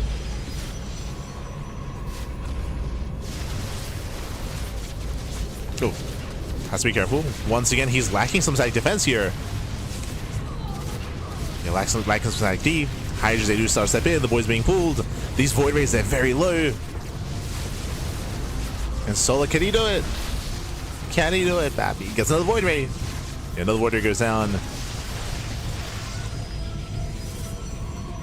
Oh, these batteries are depowered.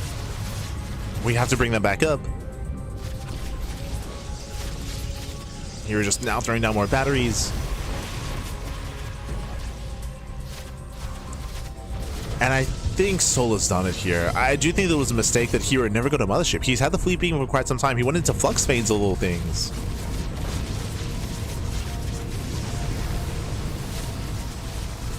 Everyone for the ship. I just once again they step in. They get 1, 2, 3 Void Rays. Massive damage here.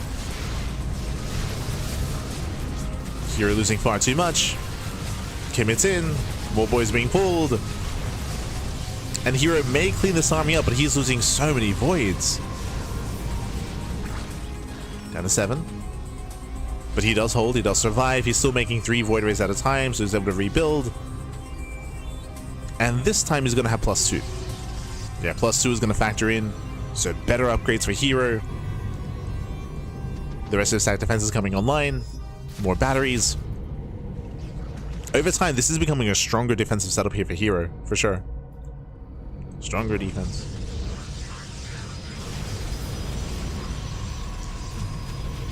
Some awkward SimCity. Had to kill his own battery. There it is. Mothership's finally on the way. We've been waiting. We've been waiting. I do also like the addition of the sentries. They can support with the Guardian Shields. They can also forge fill the army in. Remember, there's no Ravagers, there's no Biles. Ooh, the Nexus is getting low. Nexus does get low. Do we target it? Oh, it does fall. Yeah, here he failed to save it with the batteries. As they push further in. Mothership is more than halfway done. But this is action this time. Yeah, the Overseer has arrived. Down to 13 Void Rays. Solar gaining more ground. Moving further in.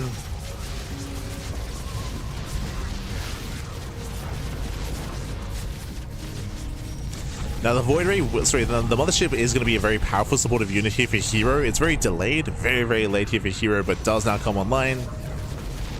Now we can slow zone to catch out the Hydras. We can cloak as well and focus down the detection. There's only, now there's 2 Overseers, okay.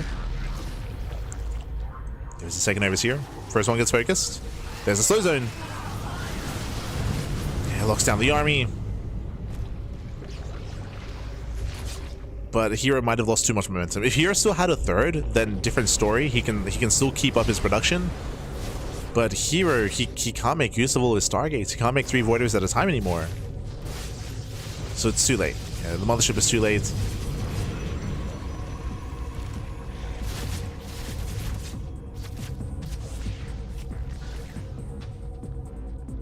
Solo's done it. He's broken the economy. There is a world where maybe we can force field and cut the army in half. That'd be the best case scenario here for herO. Oof.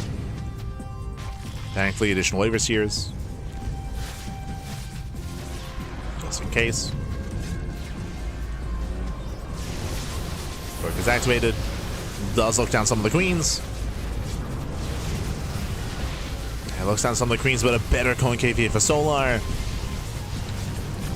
Yeah, it does have a better concave. As I say that though, one single we're able to engage a portion at a time. The Voideries are so low. No detection. Wow. No detection. 3 damage from the Void Rays. Impressive fight there from herO. As he did focus on the Overseer. They're just now morphing in. Yeah, Solar taking a really inefficient fight. Very inefficient.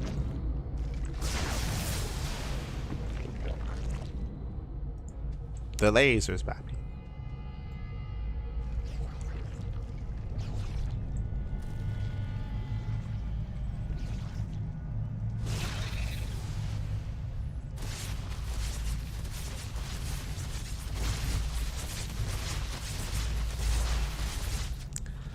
Yes, here he's being bold. He's going for a massive counterattack. Does go for a massive counterattack here. Does make his way across the map towards the towards the lair. Towards the third. Remember, you can always recall back home. And Solar he responds. Solar he races back here. 4th base goes down. Massive pickoff. Now going for the main. Going for the lair. Not the most important base, but I mean, has some gas income. Oh, the stutter stepping. But we'll lose 1. We'll lose 1 Void Ray. We'll lose 2. Ah, just the one. Just the 1 Void Ray goes down. herO does pull back. Again, the Voiders are speedy boys. They be speedy. Solar here attempts to surround, but there's still a way out. And here, remember, he can always recall. Oh, the Wiles! Not quite. Yeah, Wiles don't quite connect. We can always recall back home. Oh! Almost catches the Overseer. Oh, Jesus. Cuidado, papi, cuidado.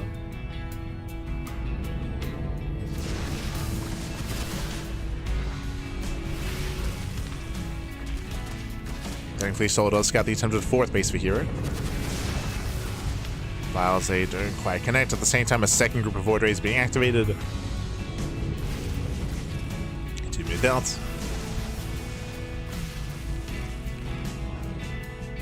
They will hit the northern third. Go to the expansion. Hydras, they respond. There's an opening. Wow, there's an opening. Does snipe both Overseers. Very nice pickoffs. Takes on the base. Pulls away. The last Void Rays. Happy to get another? No shot. No shot.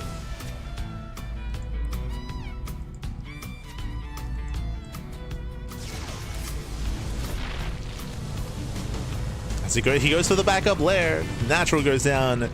And Solar, he just lost 4 bases. He lost the triangular third, the main, he lost the natural, and he lost the northern third base as well. 4 hatcheries went down. Solar down to 1 base.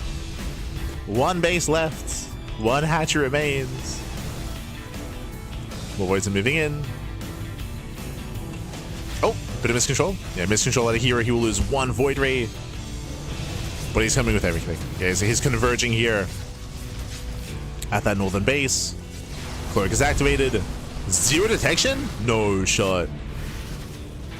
Yeah, no Overseer. We're wasting Cloak a little bit. We could be more active and more aggressive here. There's no Overseer because there's no lair. No shot. No lair. No detection. No Overseer. Yeah, we could have used Cloak a little bit more. The Voids are being pulled. herO's moving in. Yeah, he's moving in. Better engage with herO. He shuts down the Hydras. Now going for the Queens. Dominating the fight. And Solar can't keep up. Solar, the ground army just cannot keep up. Not against the mass Voids. Oh, the stutter stepping. Ah, no. Warrior goes back in. Again, here he does outscale. He does outscale. As I mentioned before, Solar went for a big 3-base all-in. The moment that he failed to break the 3rd base, things were looking dire for Solar. He eventually did break through, that is true, but then the mothership arrived. herO took some better fights. He sniped the overseers, denied the detection. And then herO just snowballed out of control with the Mass Void. We're back to 2020. Back to 2020. We've seen this many times before. The history of StarCraft. Let's go. Let's go.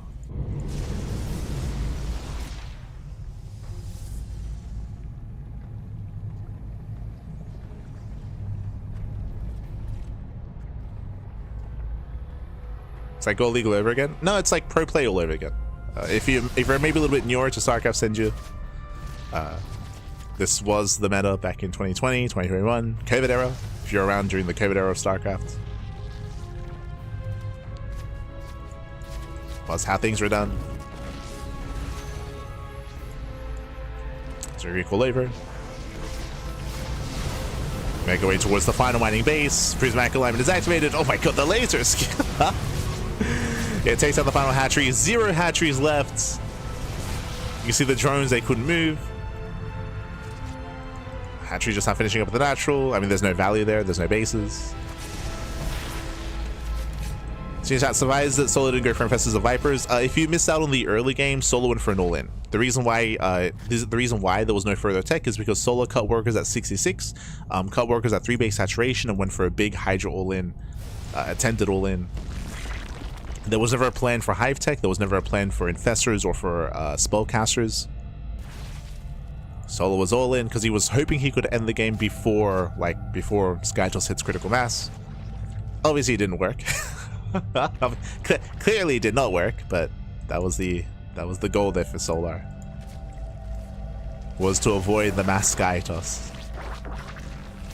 Yeah, one Infestor arrives, lands one fungal, it's nice and all.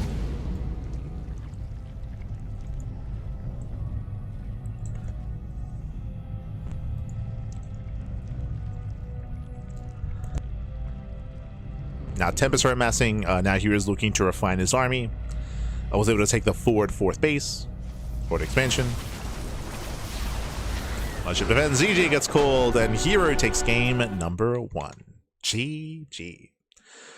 Whew, GG, well played. Here he does take a lead in the series. Again, Solar, he was close when it came to his all-in. He eventually broke the 3rd expansion. I would say that, to be a little bit critical for herO, I do think that his mothership was late. His mothership was very, very late.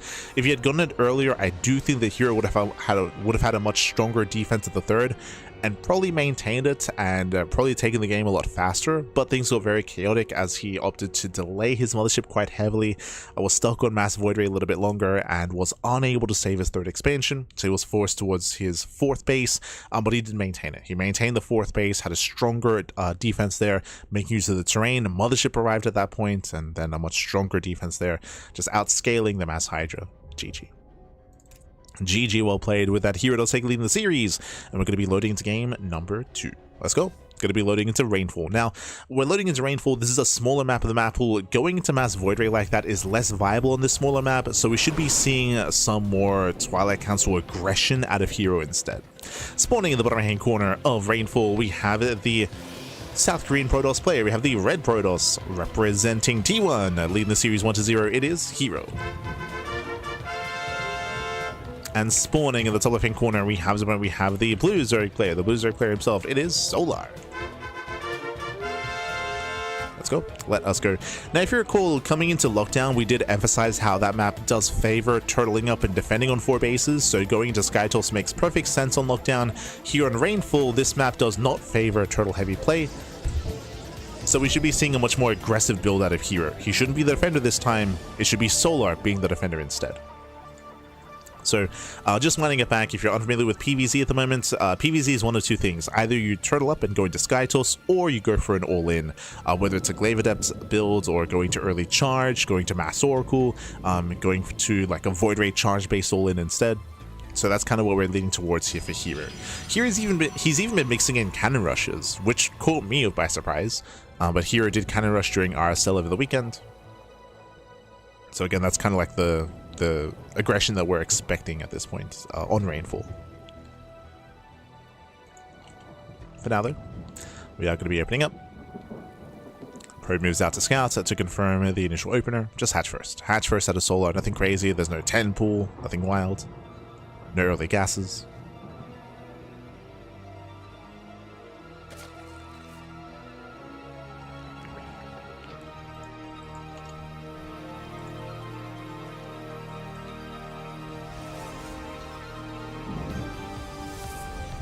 I see Roughnecks in the YouTube chat asking, how did Zerg in turn deal with this in the past? Early scout, pure anti-air. No, something that we did see in the past, which is more effective on the smaller maps, is German taxis. If you remember, the German taxi was invented to help deal with void ray openers.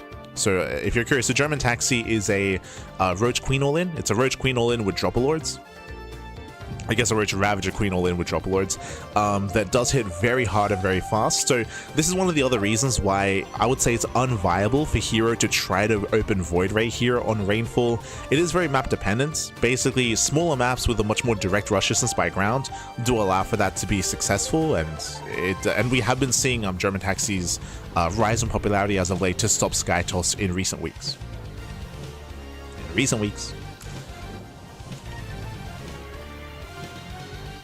So basically back then in the meta, we saw even German taxis when it would not be as effective, like we just saw that just like become very, very prevalent in PvZ. Meanwhile, Robot Opener. So as we mentioned, here on Rainfall, it's less viable to open Stargate Void Ray, so instead it's going to be a Robot Opener here out of herO. Now, with a Robot Opener, this can be a couple different things. This can lead into early Bay, into early Colossus. This should be for the early War Prison for early Gateway Unit Harass. This can lead into a Robo, Twilight Council, into Temple Archives, into like a delayed Archon drop sort of build. But if that was the case, we would have seen an earlier Twilight Council. So we'll see. This can also technically lead into a Soul Train. It could lead into a Soul Train with early Immortal production, into a 2-base all-in with Immortals and Sentries. For now, the Prism is moving out. I'm more curious about the follow-up after this. So we just have the one gateway.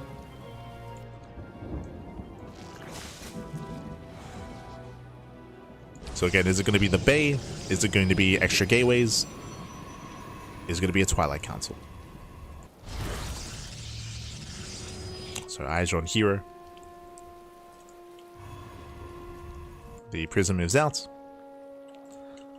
Solo behind this is just going to be opening up standard. Hatch gas pool, third base, getting into link speed, droning up. Oh, it is going to be that Twilight Council follow-up. Okay. Alongside a Forge, that's a little bit more telling. If it was just Twilight Council, I would assume Twilight Council into Temple Archives, but because of the Forge, this looks like charge. It looks like +1 in charge. Yep, Immortal production has begun. It's looking like a bit of a Soul Train-esque all-in. Very Gateway and Immortal heavy. I guess technically we could go into Blink, but I don't know if we're going to have the gas income to sustain that. So you're leaning more towards charge and you spend all your gas on Immortals instead. You can see gases were not taken to the natural. They're now being taken, but there it is, charge. Yep, charge is on the way. So charge, +1, Immortals. Ooh, the Prism gets all down. Oh my god, the Prism goes down. Massive pickup. GG gets caught. GG gets called. That should not have happened. A massive blunder there from herO, and Solar ties up the series. GG. Whew. GG, well played. Before herO can get into his 2-base all-in, he will lose that early War Prism. You are heavily reliant on that Prism to buy time, to distract the army, to harass, and to retain it to come back, to fortify and to actually bolster the main army as you go for your 2-base all-in. So very rough there from herO. Gets caught. GG. GG, well played. We have a tied up series. We're going to game 3.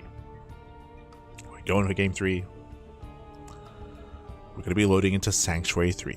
So we'll see who can take a lead in the series. Will it go the way of herO or Solar? Remember, this is still a best of 5, but one of our 2 players here will gain a lead, will gain momentum. As spawning in the bottom left-hand corner of Sanctuary 3, we have the South Green Protoss player. We have the Red Protoss, representing T1. And being forced into a tied series, it is herO.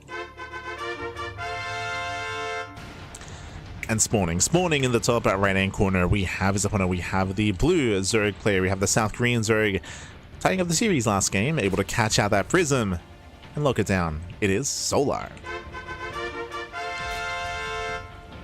Oh, and welcome to Sanctuary 3, welcome back. Welcome to a larger and a bit of a more defensive map, more so than Rainfall. The idea of defending on 3 bases is solid.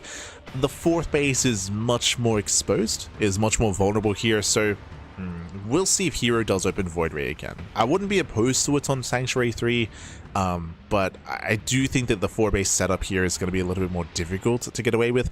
On top of that, the rush distance from 3rd base to 3rd base is very direct and very short. Very, very direct, very short, as you can see here, from 3rd to 3rd. Same plane of elevation. There is a slow zone here that does slow things down. There are some towers you can knock down as well, but what this tells us from 3rd to 3rd is that if herO does open Void Ray, Solar can all in and go for that German taxi by spreading creep from his 3rd expansion. So that is a danger. That is a danger that herO has to be aware of. So we're expecting a Twilight Council.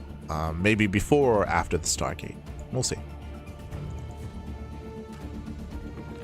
I wouldn't even be opposed to herO opening Stargate, singular Void Ray, then bam into a Twilight Council into Blink. Into Blink Stalkers, or I guess maybe even into Charge, to try to like bait an all in and shut it down. We'll see.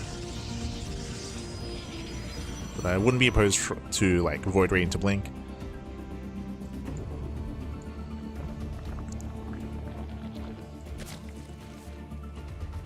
Now again, we're going to be opening up. Solar Force Safety Natural. Does take his 3rd here on the right-hand side though. So it does go for the low ground 3rd base. The idea of spreading creep from here is going to be much more awkward. True.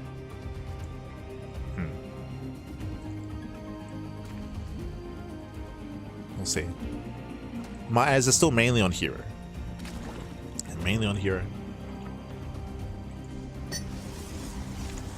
on our Protoss.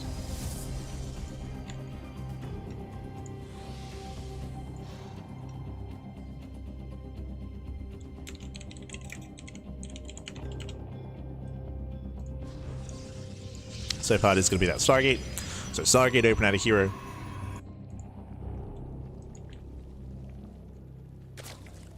And again, I'm not opposed to him opening Void Ray here, just as an opener, not to commit into mass Void Ray. Just as an opener. We'll see if he does go Oracle instead, just for some economic damage. Teth is being active.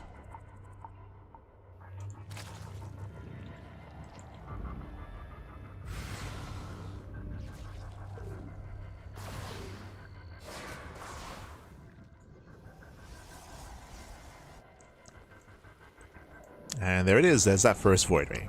So this Void Ray's goal right now is just deny vision, deny scouting, and again, as I was theorizing, I wouldn't be opposed to him trying to bait out a response and trying to make it look like additional Void Ray play. So again, very much so still curious as to what herO does with this. It's still not entirely clear, outside of denying vision.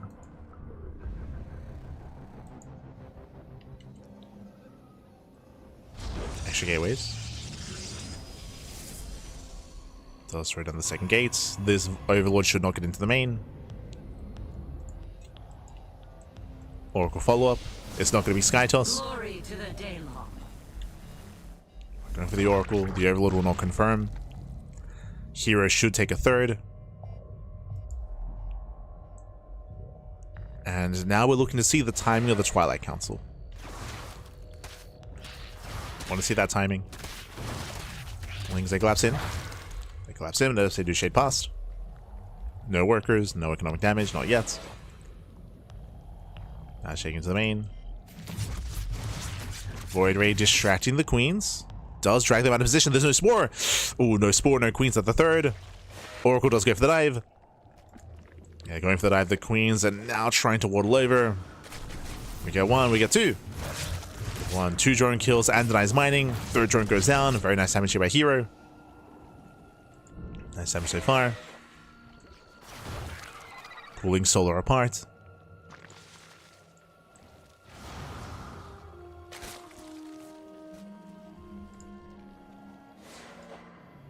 Okay, does threaten those shades. herO expanding likewise on low ground as well. Does expand away from Solar. Solar going lair first before either Chamber or Roachhorn. Interesting. So lair first out of Solar. And herO does go for a standard Forge and Twilight Council timing. It's looking like Blink Stalkers. Looking like +1 and Blink.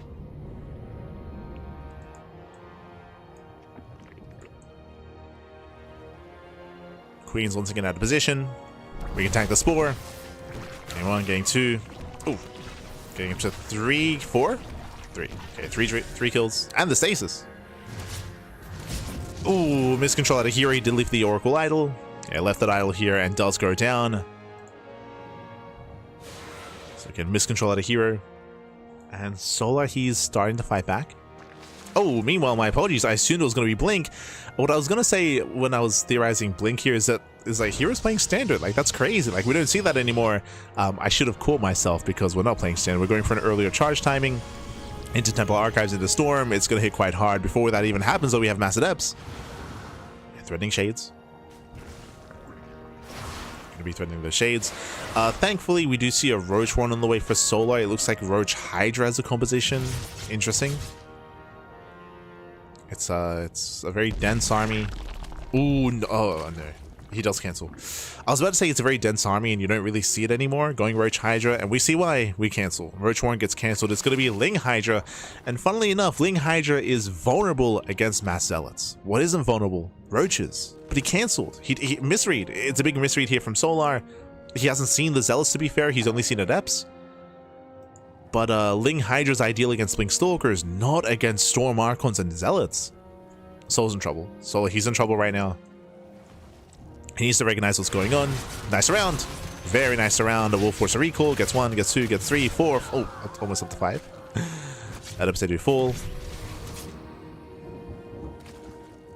Double Robot? We're going to go double Robot Mass Colossus instead of Storm? Okay. Interesting. My assumption was just Storm, but I guess not. Like, we have the Temple Archives. Overseer does scouts. Is that the only reason why? The Overseer scout that, I mean, the Overseer's gonna see everything. Now sees both Robos as well. Storm now begins after the Overseer leaves. Do we cancel the Robos? No, they finish. This feels a little bit wasteful out of herO. Going for double Immortal production. Interesting. Meanwhile, we do catch some free Hydras. Yeah, Zell take a lapse in. These Hydras, they gotta be careful. Solar he commits. He's going into the bases. Solar, he doesn't drone. Solar, he does not drone. He's going for a big 3-base all-in. Purely Ling Hydra. Gets on top of the Archons. Ah, barely not. And we just mentioned this, without Banelings, without any Baneling support, these Zells, they trade very efficiently. Yeah, Hydras are going down one after the other. Heavy losses for Solar, and the all-in is falling on its face. As I mentioned, Solar, he just misread. He misread the game. He misread the army, the composition. He went for an army composition that was just being hard countered by herO.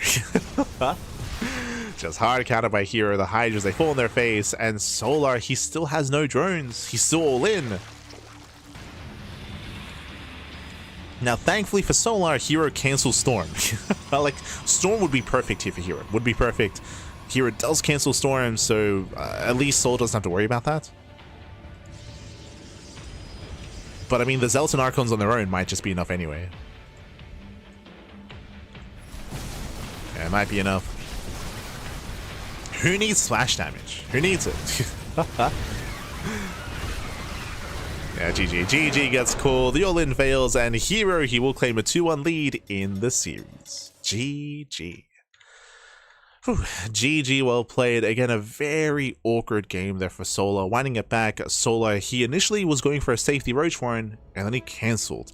I'm not entirely certain what he saw. Maybe he just took a risk. Maybe he was just assuming, and I was assuming as well when I saw the main, there was going to be Blink Stalkers. Clearly it wasn't though. It wasn't. Solar, he took a risk, took a gamble. He assumed that it was going to be Blink Stalkers. He went for a big Ling Hydra all-in off of 3 bases. Little did he know that he was running into Mass Zealots, into Charger Archon, which is ideal against Ling Hydra. Ling Hydra just melts against Charger Archon. And Solar, he arrived with the all-in, and he got completely shut down. Got shut down. GG, well played.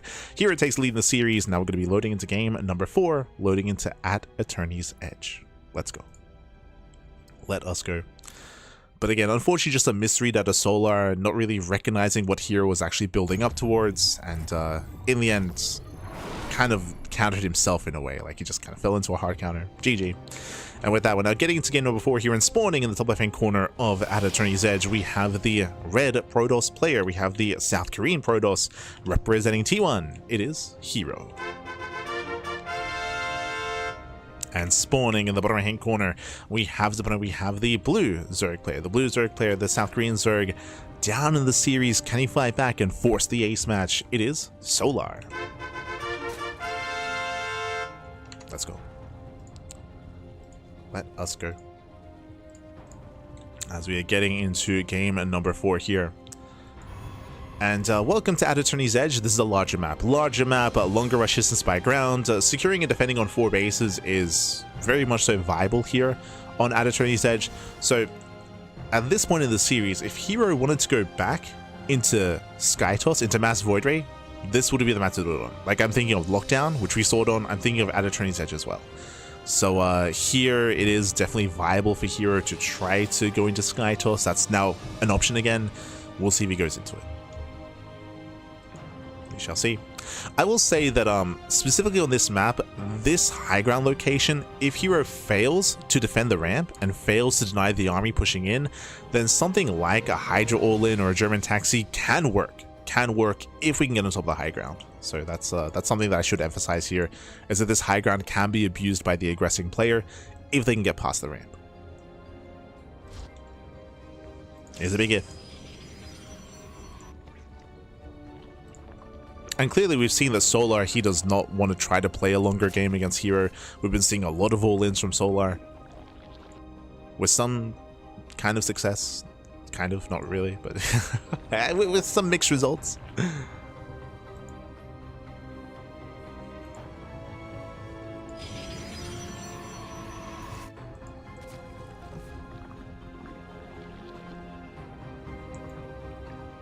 But now we're just going to be opening up. Standard openers, hatch gas pool. Once again, eyes are mainly on herO. Based on the pylon placement, this doesn't look like a Stargate. The pylon is further back. We'll see if herO throws down the Stargate at the natural instead. We'll see. Usually if it's Stargate opener, the pylon gets thrown down a little bit closer to the edge just to reduce the time it takes for the initial Stargate unit to get across the map. So for it to be hidden here behind the gases is an interesting choice. This still isn't a bad location for a Stargate. Technically it's a little bit more efficient. It means that the probe, it takes less time to get the pylon down and then go back into mining. True. Technically more efficient.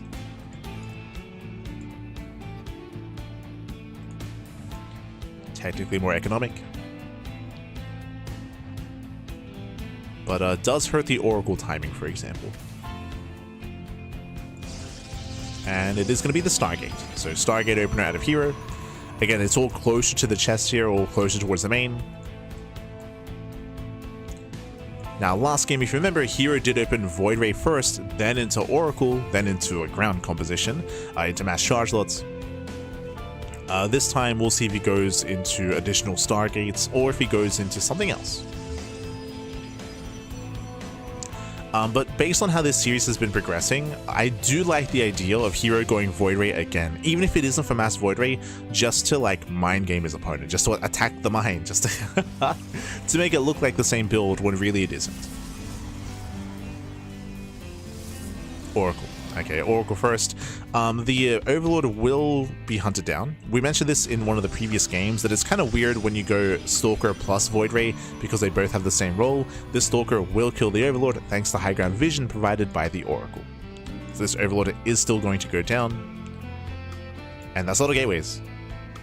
That's a lot of gateways early on here. So here he's doubling down, going up to 4 gates very quickly before the 3rd.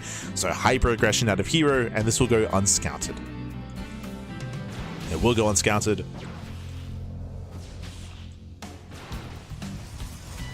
Overlord goes down.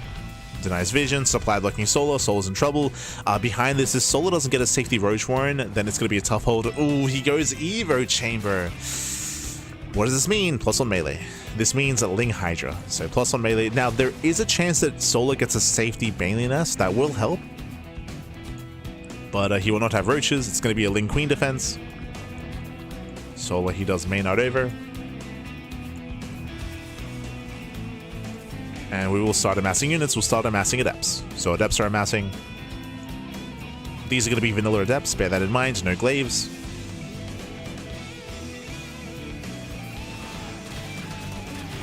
If you do collapse here on the first 2 Adepts, what the Oracle should defend. Oh wait, no, it's across the map. Yeah, the Oracle's get across the map. Stage Draft gets thrown down. No reaction. No. Yeah, no reaction. Massive connections. 2 half mineral lines get caught out. That's what, 16 drones. Lings, they do slip into the bases. They will confirm all the Adepts. So not a bad scout. Not a bad scout. As Solar, he does confirm the massive gateway count. Bam, instantly Baneling Nest. As we mentioned, if Solar hadn't scouted, there would not be a nest and he'd just die. He would just like, we need Banelings to defend, either Banelings or Roaches. So he's going for the Baneling defense. Adepts, they are soon to move out. They're still massing up back at home. Now, Banelings aren't the easiest way to defend against Adepts, but they are a way. They're a way to ideally surround and connect. Of course, there's micro potential for herO, where he can avoid the Banelings. So it's very hit and miss. It's a very hit and miss defense here for Solar. It's very risky, but it's all he's got. Here comes herO. It's a lot of Adepts. They're coming. Ooh, and 1 Oracle is going to go down. Nice pick off here for Solar. Guess 1 Oracle. We have 4 Banelings morphing in, but is it too late? There's 4 Banelings. The Adepts are here. Ooh. Adepts do shade in. They bust into the natural. The Banelings are going to finish. And do they connect? Yeah, the Banelings, they waddle in, and oh my god. 1 connects, so does the other. But that's it. No shot. That's all we had. That's all we had. Only 4 Banelings, and with that, herO, he snowballs out of control. He dives into the main. We have 2 more Banelings morphing in. These Adepts, they cannot be dealt with. Not by Lings. Not by themselves. And we're just going for the nest. We're going for the nest. There's a transfuse. Thankfully the nest. Oh, sorry, I said nest? The pool. Does go for the pool. The pool does survive. Adepts can always recall. And they will. Yeah, they recall back home. Solar, he has built up enough Ling Bane. Whew. And as it all settles, look at the economy. herO, he's on 62 probes against the 47 drones of Solar, against stasis traps, dead workers, boys being pulled, denied mining time. It all adds up. It all adds up. And on top of that, herO even saved the Adepts. He saved them. They're still alive. So herO, he's in a commanding position. Solar, he is in a lot of trouble here. He's still stuck on Ling Bane because of his reduced economy. Oh, as he does trigger his own Baneling there. But because of his own reduced economy, the Hydrogen is delayed. So late Hydrogen, late gas, late income, late droning, late 4th base, late everything. Solar's playing from behind.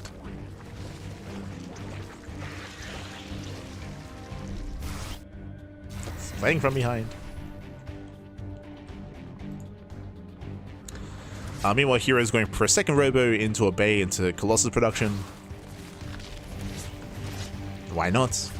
Honestly, herO can do whatever he wants. He can go into Charge, into Storm, into Colossus, the Archons. herO has a lot of freedom right now. Upgrade complete. Yeah.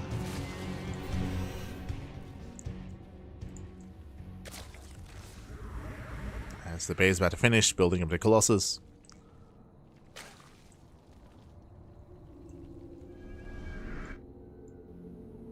Now, how can Solar recover in this game? The one chance he has is for herO to make mistakes. So, for example, these Adepts. If herO moves out with these Adepts, and if he is overly aggressive and tries to harass, and if he runs into Ling Bane and he gets shut down with very minimal losses from Solar, then, for example, that would be a big win for Solar. Then suddenly there's less buffer, less support for hero's army, and suddenly herO has to stay back home a little bit longer, and Solar can drone and get a 5th base. But herO shades back home, so never mind. But if he was overly aggressive with these depths, another example is potentially if we can get into hive tech with Vipers specifically, and if we can abduct the Colossus and pick them off ahead of time, then maybe that as well. There are definitely some opportunities potentially here for Solar, but again, he needs time more than anything. It's time to build up. There's a world where if herO moves out into the center of the map and then we have a Baneling run by come in and hit a mineral line, then maybe. Right now there's a revelation on all the Lings though, so there's no run by, no counter attack. hero's pushing. Here he's moving out, his army gets spotted. Solo morphing in 11 Banelings back at home. Oh, and it's gonna be a tough hold for Solar. Like the issue here, it isn't just a gateway centric army with Colossus, but we have force fields. And remember, there's no Ravagers. No Ravagers, we can just force field everything. Banelings roll in. Force fields, they lock down the army, and this base falls. Ling Bane cannot engage, not with these force fields. So Solar, he cannot pounce. herO does leave the base alive. Oh, we'll lose 1 Colossus. There it comes back. There it does come back. We'll lose 1 Colossi. Nice counter attack there from Solar. Shots of force fields. The Banelings! Oh my god, Banelings roll in, but the choke point is brutal here. The Banelings get shut down. They get shut down the force fields, they do lock them down. And Hydras, they're melting here from the Colossus. The swipes are crazy. The Colossus back. Yeah, swipes away the Hydras. Normal Ling Bane. Oof. Yeah, 3 damage on the Hydras, the base is going to go down. A Viper production has begun, but unfortunately it is too late. It is after the base has fallen. Again, Vipers, they're the strongest way to deal with Colossus. That's the way to do it. But once the Vipers spawn in, they need time to gather energy. They don't spawn in with energy enough to force to abduct. They cannot abduct. No force fields, true. The Colossus does tank the Banelings. Hydras are exposed, Archons, they move in. And with that, Solar's army just crumbles. Just crumbles. It's divided out to 2 Hydras. GG gets called, and herO snowballs out of control. herO will claim the series 3-1. GG. Whew. GG, well played, congratulations. herO, he will claim the series. Again, just a very rough early to mid game there for Solar. Winding it back, if you remember, herO, he did go for a heavy gateway count. It was 4 gateways before the 3rd base into Mass Vanilla Adepts, and Solar, he was already building up Ling Queen as the army of choice. Did realize what was going on, and when he realized it was really important, he did scouts, he did react with a Baneling nest, but he only had 4 Banelings. It was not enough. It was not enough Banelings. In the end, they got shut down. herO, he got into the main base, snowball out of control, stasis traps were popping off, drones were going down, and as it all settled, herO had a massive economic lead, and he saved all the Adepts as well. Saved the Adepts, had the better economy, snowballed from there. As we mentioned, there were some opportunities if herO made some mistakes. If herO overextended with the Adepts, or if he moved out too soon, if he failed to tag the Lings with his revelation, then maybe there would have been like a Baneling run by or a Baneling counterattack, or some kind of backstab as well. But alas, herO, he just tightened up his play, locked it down. GG. GG, well played. With that, herO, he does claim the series, and he will be this week's KSL champion. GG. GG, well played. Congratulations to herO. Meanwhile, I also do want to give a big shout out to Chicken Man. For those who are unaware, Chicken Man, he is one of the organizers of the KSL, has been for a very, very long time. But Chicken Man, he is going to be retiring from StarCraft. Again, Chicken Man is going to be focusing on his IRL career, so he does not have enough time to really cast. I mean, he's already, like this year specifically, he's been barely casting any StarCraft whatsoever. I think that Chicken Man has only been casting KSL, and even then, it's been on an irregular basis as well. So Chicken Man, he made the decision that because he barely has any time right now to cast and to focus on streaming, that he will be taking a step back. and will be officially retiring from StarCraft. You might see Chicken Man say like at SC for All, or like I know that Chicken Man, I think he plays D&D with like herO and Apoptosis. Does he play? I don't think he plays D&D with Zombie Rub. I think that's a separate group. There's like a couple of StarCraft D&D groups, and I think that he's a part of one of them. Who does he play with? I think he plays with Zergirl, with Apop, maybe with herO as well. But so you might see him still, of course, like spending time and playing that, and maybe every now and then on like another stream at like an SC for All. But he is going to be retiring. I also want to quickly say as well, SC2 is dead? Not at all. What do you mean? I also want to quickly say, because there's some misinformation on Reddit. People, they extrapolated that as assuming and making a strong statement that KSL was ending. KSL is not ending. KSL is not ending. There's just unfortunately like a weird narrative that's being pushed on Reddit, so watch yourselves. Be careful. KSL is continuing, but Chicken Man just will not be a part of it. Unfortunately. So again, much love to Chicken Man. He's a great guy, great caster.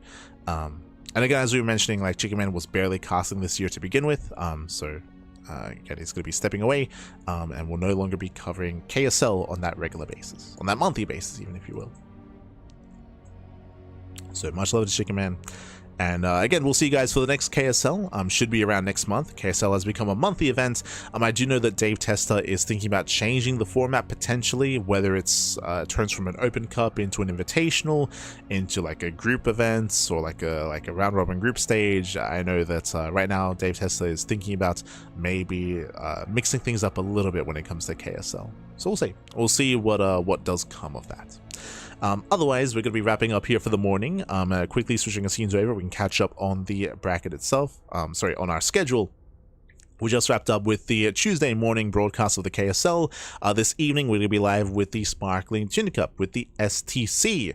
That is our weekly open tournament. It's the longest running open cup out there, longer running than the Wardy TV Mondays or Monday Night Weeklies or KSL as well. So again, Tuna Cup is always there, of course. Always, puppy, always.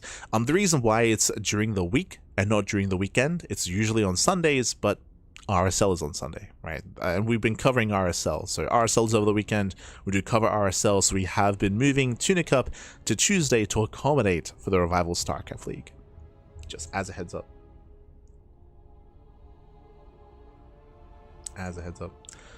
Otherwise, we're going to be wrapping up here for the morning. Our next broadcast is going to be in around 8 hours. Let me just double check. Here.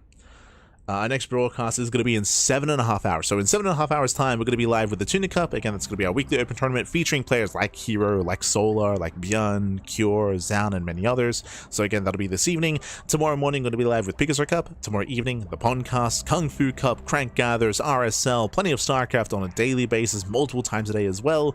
We're back on our regular schedule. Oh boy, it's a lot of StarCraft. Again, we cast more StarCraft than anyone else out there. We have all the content, all the StarCraft. So we'll see you then. We'll see you then either later on tonight or tomorrow. We'll see you then. Otherwise, thanks for watching, and until next time, if you want to support us, you can do so by following us on the socials, !socials in the chat. We do stream on a regular basis, and all the VODs are available over on YouTube. So YouTube is the place to be for VOD content. Likewise, you can also check us out on Patreon. Our Patreon does fund our tournaments on a regular basis, specifically Tuna Cup. Tuna Cup is this evening, and again, it's all funded via the Patreon. So you can help support us over on Patreon if you wish to support the open tournament. Otherwise, we'll see you guys later tonight or tomorrow. Till then, thanks for watching. Hasta luego. Ciao, papi, ciao. Hasta luego.